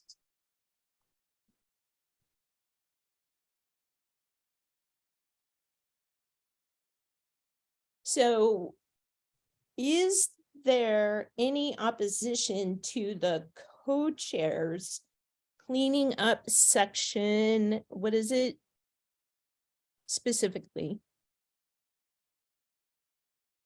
Directives. B6 is the Right. the thing, and to clarify, by cleaning up, because it seems like the word changes here are subjective changes in the sense that there's disagreement on some of it. So, okay, if you may want to clarify that term. Make recommendations, which anyone in the full commission may disagree with. But it does feel a little wordy as well. Like I would just like to put this in a few different sentences. So to back up here, to clarify, there's a concept that the subcommittees have done in the past, which is essentially referring it with something unresolved, and then having the subcommittee, just to clarify for the members who may be asked in a moment to give consensus, that it would be something that is consulted with from now until the next meeting, but also that there'd be a sort of either a proposed solution or just left as is, referred without a recommendation on the particular changes, not the whole thing, just those 2 points of disagreement.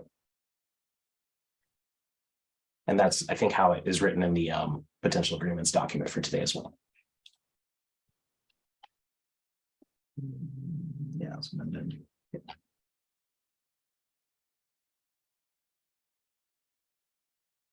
So I think that, okay, Commissioner Sophia?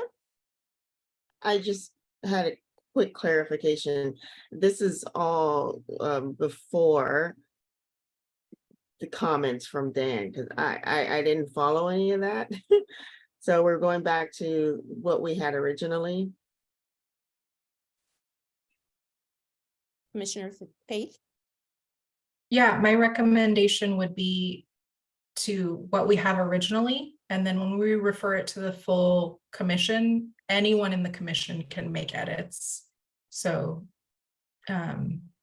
Commissioner Dan, we would welcome your edits when we refer it to the full commission.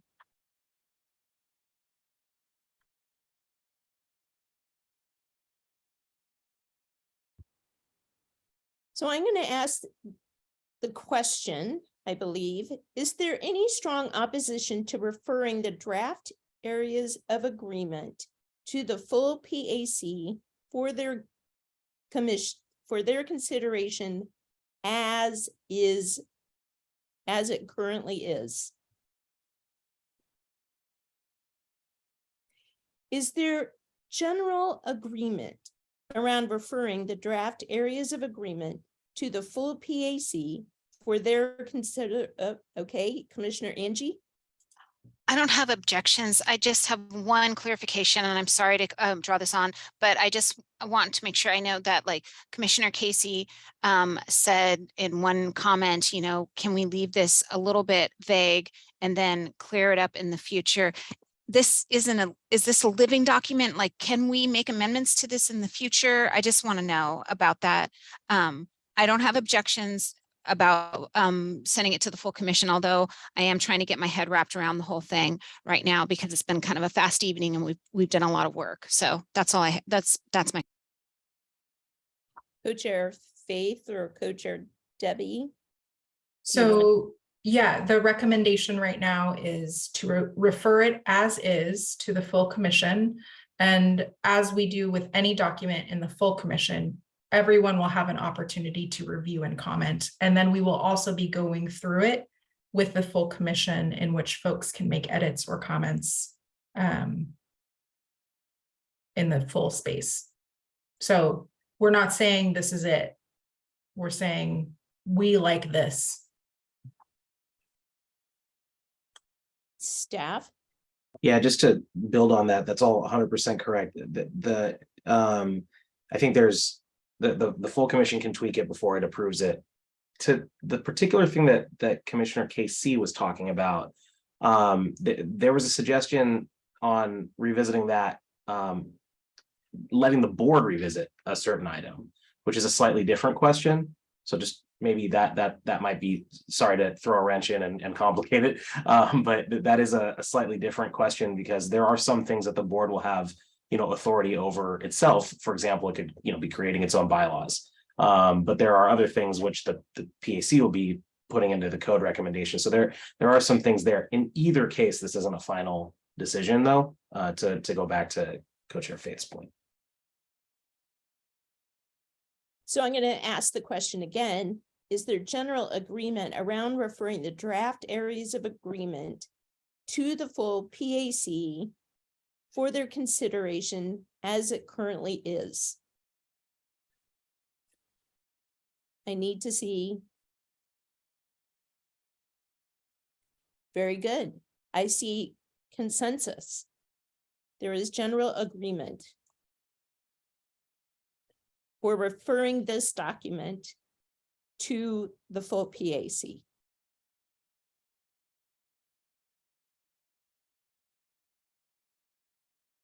And I would now like to ask staff for next steps. Yeah, so disregard everything that was said in the next steps before. Let's just start with that. This is the last planned meeting of the subcommittee. Congratulations to everyone. You've forwarded a document on, which is the only required task, and a big one at that, to the full commission.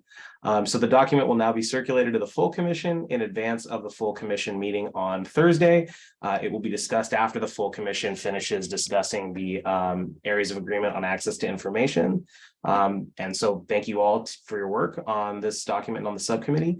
Any of those remaining items that were referred without recommendation are essentially handed off to the full commission to discuss, and those can be finalized by the full commission.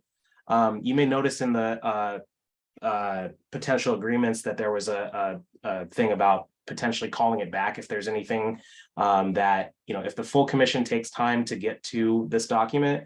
And for those who may have been following along at home and may not know, the city council has been requested as of December to extend the timeline of the PAC. So if that should happen and there's an availability, we could talk about how to handle that. But otherwise, effectively, everything that's unresolved in this document will go along with everything that is resolved.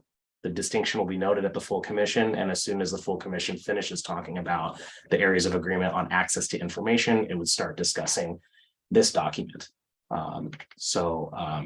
that also means that January 30th is now going to be just to clarify, a subcommittee on officer accountability meeting. Thank you. Thank you, staff. Next slide, please. Garden plot. This is a time for facilitators, co-chairs and staff to summarize any items already brought up today, but that did not fit into today's agenda. We'll recap those items here and use them for developing future agendas. We won't be using this time to add new items or to discuss any items, but we will use this list to develop further agendas so these items can be addressed. Co-chairs, are there any items for the garden plot? I do not see any either. Staff, do you have any items for the garden plot? The question over voting thresholds is a garden plot item for the next phase of work, but otherwise, no. Very good. Thank you so very much. All right. As a reminder, you can submit public comment to the Police Accountability Commission via web form, voicemail, or postal mail. And you can see all of that information here. Next slide, please. Thank you to all of the members who attended today's meeting and for your contributions today. Thank you to our interpreters. And finally, thank you to the members of the community for attending and contributing your thoughts and questions. If you have not already signed up for email updates, please do so and receive updates from the PAC. Thank you. It is now 9:06 and this meeting is adjourned.